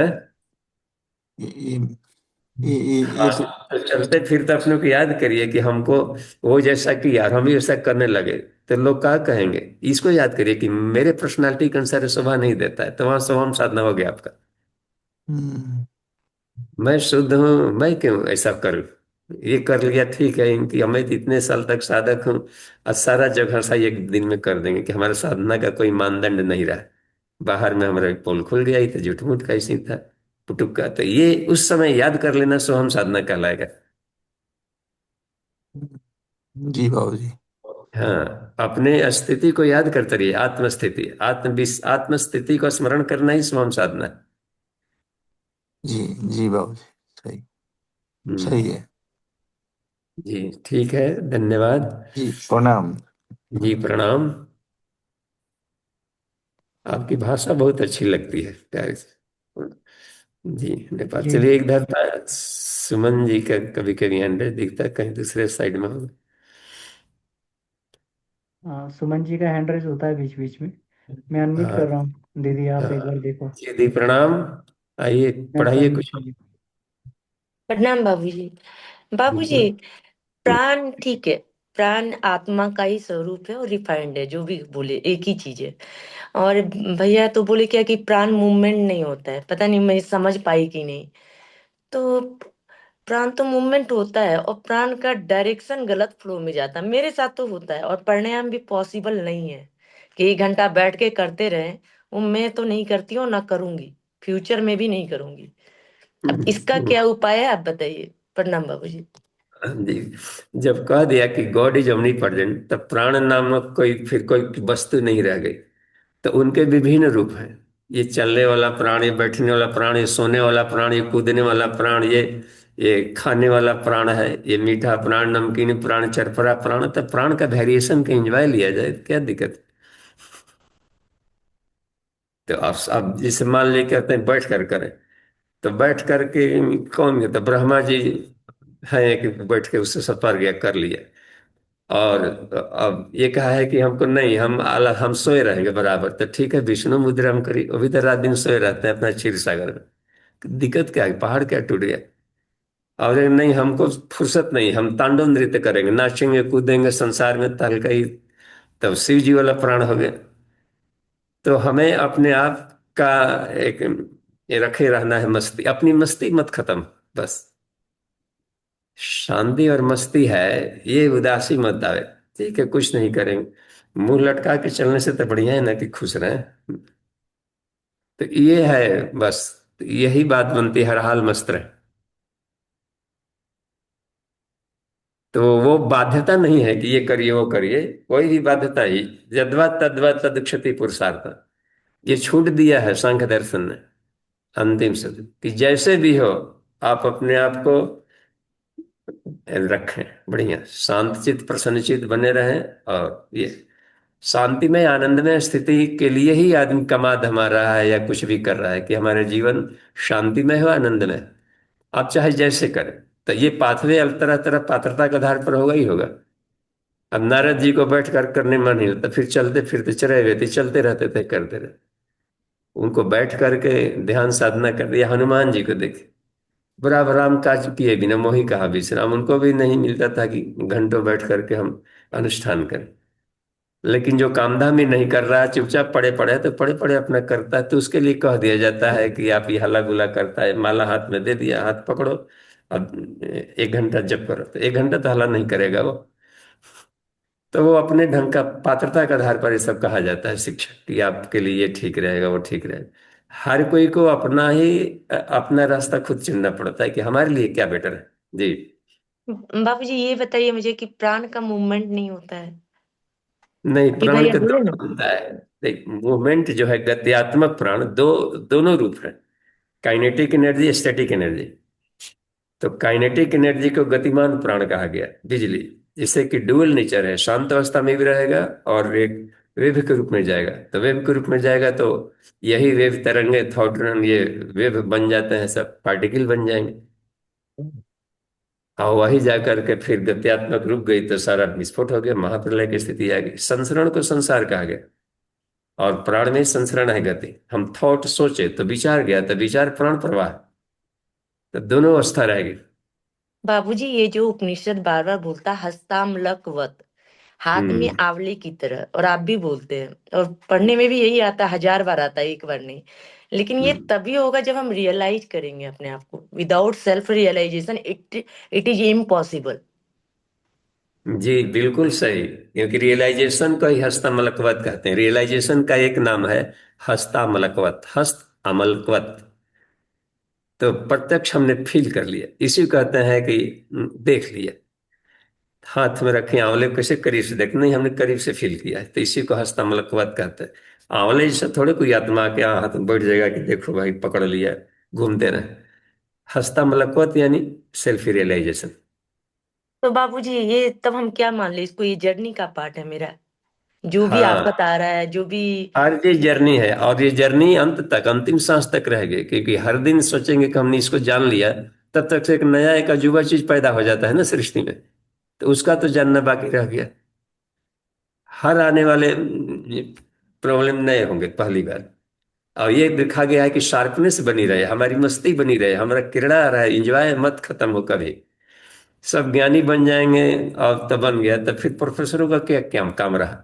बाबूजी एक स्मॉल रिक्वेस्ट है मेरा, बैंगलोर में ही हम है, वो भैया भी बैंगलोर में ही है, और किशोरी वंदना दीदी भी बैंगलोर में है, तो हम लोग सब मिलके ना एक संडे को कुछ मतलब करे, physically in person, not online, क्योंकि ऑनलाइन में मुझे तो नहीं बेनिफिट दिखता है।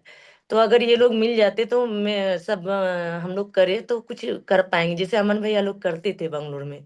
मैं जब आई तो ये लोग कोई है नहीं, तो एक बार रिक्वेस्ट कर रही हूँ उन लोग से, बोलिएगा शेयर करने के लिए। धन्यवाद बाबूजी, प्रणाम। हाँ, ये अच्छा है सुमन जी, यहीं पर जवाब भी देंगे, लेकिन हमको ये है अनुभव इसका सुमन जी, कि ये पीरियोडिक हो और स्थान बदल बदल कर, कभी आपके मोहल्ले में आपके पास ड्राइंग हॉल में ही हो जाएगा, कभी उस एरिया में, कुछ इस एरिया में, ताकि माइग्रेशन भी होते रहता है। और पाक्षिक भी हो, कोई जरूरी नहीं कि किसी खास डेट को अपने से डेट तय हो जाए कि अगले महीने में इस तारीख को यहाँ पर हम लोग मिलेंगे। तो जी बाबूजी। मंथली, हाँ जी, कहिए सुमन जी, जवाब दीजिए।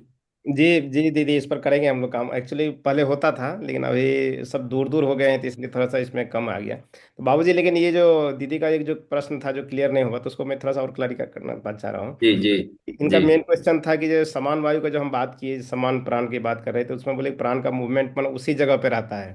तो इसका मतलब ये नहीं था कि वो मूव नहीं करता है। जैसे आप इसको उदाहरण के रूप में देखिए, जो पूरा 5 प्राण हम बताए, तो इसको प्राण को मान लीजिए एक बिजली है, ठीक है। और जैसे कि हम जो अपान वायु का बात किए, तो उसको मान लीजिए एग्जॉस्ट फैन है आपके घर में, तो वो एग्जॉस्ट फैन क्या करता है, पूरा वो बिजली के मदद लेके, प्राण को लेके उसको सबको बाहर करता है, माना एग्जॉस्ट करता है उसको। उसी तरह जो सामान आपका जो मिक्सर है घर में, तो क्या मिक्सर आप क्या करते हैं, एक जगह रख देते हैं किचन में, और उसको वहीं से उसको चालू करते हैं, जैसे कोई चीज़ जो डाइजेस्ट करना है, या कोई मिक्सी में ग्राइंडर बनाते हैं, उसमें जूस बना रहे हैं, जो भी बना रहे हैं, तो मिक्सर, तो ये सामान वही क्या करता है, उसको बाहर नहीं कुछ कर रहा है, वहीं पे वो मिक्स करके उसको एनर्जी के रूप में कन्वर्ट कर रहा है। तो यहाँ जो हम बता रहे थे कि प्राण का मूवमेंट जो है इस ढंग से उसी जगह पे रह के करता है, नाभि में। तो वो बताना चाह रहे थे, हमको लगता है क्लियर हुआ होगा अभी। इसको ऐसे भी देखें, जैसे कि उसको और थोड़ा सा एक्सपेंशन करिए, कि जब सब जगह व्याप समान यानी सर्वत्र एक समान हो गया, अब उसको दौड़ने के लिए जगह कहाँ मिला। इसलिए ईश्वर कहीं दौड़ता नहीं, क्योंकि सब जगह समव्याप्त है, तब उसके लिए जगह कोई स्पेस ही नहीं है जहाँ की हम दौड़े। तो विनिपग चलय कह दिया है इसी को। हरि व्यापक सर्वत्र से, ईश्वर जब गॉड ऑमनी प्रेजेंट है, तो अब वो कहाँ चलेगा, अब उसको चलना क्या है। सब जगह पहुंचा हुआ ही है वो पहले से। पहले से ऑलरेडी पहुंचा, इसी को समान कहते हैं। तो इसके इंटरप्रिटेशन में रहता है कि हमारी अपनी एंगल ऑफ विजन कितनी गहराई में जाकर किस ढंग से उसको इंटरप्रेट कर रही है, देख रही है। जी, जी। थैंक यू दोनों लोगों को। शैलेश कुमार जी। जी प्रणाम जी, प्रणाम बाबू जी। जी प्रणाम मनोज जी। बाबू जी, ये हम लोग गायत्री मंत्र का जब जाप करते हैं तो ध्यान सविता का करते हैं, तो ये तस्वीर में माता का जो फोटो या मूर्ति रहता है, तो उसका क्या मतलब किए थे सविता, तो सूर्य भगवान का ध्यान करते हैं, तो फिर ये माता का तस्वीर या फोटो कैसे होता है, ये समझ में नहीं आता है इसका क्या है? अब देखिए, सविता को माता कहें, माता पिता स्त्रीलिंग पुल्लिंग में न लीजिए। त्वमेव माता च पिता त्वमेव। अब आरती में इसको कहते हैं त्वमेव, आप ही माता है, आप ही पिता है। तो उसको अब कभी साड़ी पहना कर देखेंगे, कभी बिना ऐसे ही देखेंगे, पुरुष के ड्रेस में कैसे देखेंगे। तो अब शिव जी को कह रहे हैं त्वमेव माता च पिता, तो अभी माता है, आप ही पिता है। तो इस ये रखा गया है सिर्फ हमें कि ध्यान का केंद्रीकरण हो। और सविता माता यानी पोषण देता है, वही उत्पन्न करता है, संसार को उत्पन्न करता है तो माता कहलाता है, और संसार का पोषण करता है तो पिता कहलाता है। तो है तो प्रकाश रूप में, तो हमें केवल प्रकाश रूप में ध्यान करें। तो जी, इसलिए तो वहां मान लीजिए जो साधक हैं बाबू जी, वो तो प्रकाश रूप में ध्यान करते हैं, लेकिन और लोग जो नहीं गायत्री मंत्र का जाप करते हैं, वो उनको कभी कभी पूछ देते हैं कि सब आप सविता का ध्यान करते हैं, तो तस्वीर आप किन्हीं माता का लगाए हुए हैं भावना के लिए, तो वो कैसे होता है, ये प्रश्न करते हैं। हाँ, तो गायत्री मंत्र का देवता सविता है, उसका मस्तक पर सूर्य बनाया रहता है, देखते हैं वो सूर्य है। जी जी जी। तो सूर्य की शक्ति है, जो उनकी आत्मा है, उसको सविता कहते हैं, जी और इसको गायत्री कह दिया जाता है। तो चूंकि हम माता के रूप में इनकी इसलिए पूजा करते हैं कि माँ के प्रति हमारी संवेदना अधिक है। पिताजी कभी कभी डांटते हैं, मारते हैं, जी माँ हमें हर हालत में प्यार देती है। तो हम जब अब एक ही है ईश्वर, तो हम क्यों नहीं माँ कह के पुकारें। जी इस भाव से साधक अपना संबंध बनाता है। न जी वो माता है न पिता, वो तो प्रकाश पुंज है। हाँ? तो ये साधक की अपनी कल्पना है, तस्वीर। ठीक है भाई, धन्यवाद भाई। जी। तो अब जैसे प्रणाम। सूर्य का छठ व्रत में सूर्य और रथ बनाया गया रहता है, तो अभी वही है इसमें, एक ही चीज है। तो वो हर व्यक्ति को अपना छूट रहता है कि भगवान से वैसा दोस्ती बनाने जो कि हमें अत्यंत समर्पण हो, अत्यंत घनिष्ठता हो। कोई बाल सखा बना लिए सूरदास ने। अमीर खुश रहे, गजब के रहे, वो महबूबा का ही स्वर्ग कि नहीं, महबूबा के लिए आदमी रात दिन एक तारा तोड़ देता है। हमारा भगवान हमारा महबूबा है। तो ये, तो अपने ढंग का अपना संबंध जोड़ा जाता है भगवान से। कोई दोस्त के रूप में जोड़ा, कोई ये कहा। तो बहुत बढ़िया जी, धन्यवाद। जी धन्यवाद भाई, प्रणाम भाई। जी प्रणाम। जी। तो शांति। हाँ बाबूजी, इसमें जैसे भी शैलेश भैया पूछ रहे थे, तो हम्म। गुरुदेव ने जो है वांग्मय नंबर 13 में ही पंचकोशी ध्यान धारणा जो अंत में वो दिया है, तो उसमें उन्होंने, गुरुदेव ने एक बात की इसका समाधान निकाला है कि प्रारंभिक अवस्था में जब व्यक्ति ध्यान करना चालू करता है, जब प्रारंभिक अवस्था होती है, तो बच्चे की तरीके से, जैसे बच्चे की प्रारंभिक अवस्था होती है, तो माता से उसका अधिक काम रहता है। माता जो उसको दूध पिलाती है, उसको जो है दुलार करती है, नहलाती धुलाती है, वो सब करती है।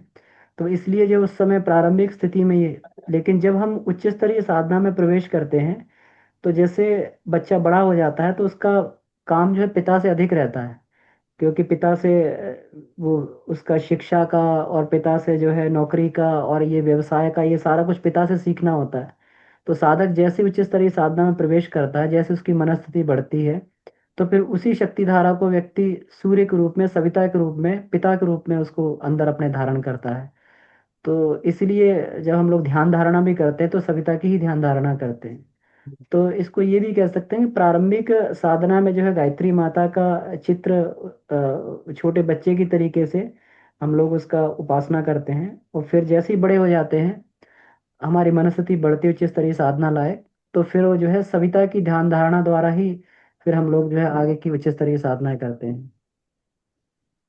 हाँ, और इसमें देखिए, अभी इतने देवियों में भी इतनी वेरिएशन वेराइटीज हैं। तो नव दुर्गा में ही 9 दिन सैल वाला एक एक यहाँ की शैलपुत्री आ गई, चंद्रघंटा आ गया, सबके अलग अलग आकृतियां हैं, काली आ गया, छिन्नमस्ता वगैरह सब, इतनी इतना इनका ये है। और सबके जो भक्त हैं वो अपने ढंग के मूर्ति में वैसे एकदम एक आकृति के साथ में वो इमोशनली जुड़े हुए हैं। आपने एक नया मूर्ति दे दिया सामने, एक जो प्रैक्टिकली जो फैक्ट बात आ रही है कि ये ऐसा दिया, ऐसा मूर्ति किसी ने देखा नहीं। एक यार समाज के हमसे मिले थे, कहे थे कि इन्होंने तो गायत्री माता की मूर्ति बना दी, और गायत्री मंत्र है, और ये गायत्री पे सविता के रूप में, सूर्य उपासना के रूप में चलते आ रहा है। तो ये इसमें बात इतना उसमें रहता है कि यहाँ पर कोई देवी देवता के रूप में नहीं है जो भी पूजा उपासना की जाती। तो सर्वापि प्रतिमा दृश्यम पाठ्य पुस्तकम अस्ति, ये प्रज्ञोपनिषद में बताया गया है 4थे मंडल में, कि जितनी भी प्रतिमाएं बनाई जाती है, आकृतियां देवी देवताओं की, चाहे पुरुष प्रधान हो या इसमें शक्ति प्रधान हो, तो सर्वापि प्रतिमा दृश्यम पाठ्य पुस्तकम अस्ति, सभी पाठ्य पुस्तकें हैं। Method and mode of teaching, ये पढ़ाने के लिए पाठ्यक्रम है, सब पाठ्य पुस्तकें। माध्यमेन च यस्यास्तु उसमें जीवनस्यात्र दर्शनम, जिसके माध्यम से हम अध्यात्म के गुण रहस्यों को समझते हैं। तो धीरे धीरे उन बच्चे पूछेंगे कि ये हाथ में क्या है, ये वेद क्यों रखी है, कमंडल क्या है, ये हंस क्या है, ये सरस्वती माता के वीणा क्या है, ये मोर क्यों रखा गया, तो इसकी फिलॉसफी ही बतानी है मुख्य रूप से। तो ये सारी फिलॉसफियों को हम अपने जीवन धारण करते हैं तो ऐसा बन जाएंगे। वेद माने सद्ज्ञान, कमंडल माने सत्कर्म, सद्ज्ञान सत्कर्म मिलेगा तो आदमी का जीवन हंस की तरह हो जाएगा, संसार सागर में तैरने की कला मिल जाएगी। ये तो एक पाठ्यक्रम है पढ़ाना। हमें ध्यान करना है जो वैज्ञानिक तथ्य सिद्ध है कि सूर्य प्रकाशक है, प्राण है, सृष्टि को रक्षा करने वाला। सूर्य आत्मा जगत तस्तुषस्य, तो इसमें सारे विज्ञान और अध्यात्म सब एक एक बिंदु पर आते हैं यहाँ। तो उस ढंग में करें, और जितने भी देवी देवता हैं सब सूर्य के भीतर में ही देखें कि सब हमको आशीर्वाद दे रहे हैं क्या। इसमें गायत्री मंत्र के एक अक्षर में अलग अलग देवताओं का है, फिर उसमें पढ़ेंगे आएंगे तो इसलिए इन्होंने कभी भी मूर्ति के प्रति सिर्फ त्राटक के लिए एक माध्यम भर बनाए। ध्यान सविता का ही लगाए। शांति पाठ का समय हो गया है, एक्स्ट्रा जा रहा है। सुमन जी प्रणाम, क्लास का समेटे। जी बाबू जी। शांति पाठ। ओम शांति शांति शांति। सभी को प्रणाम।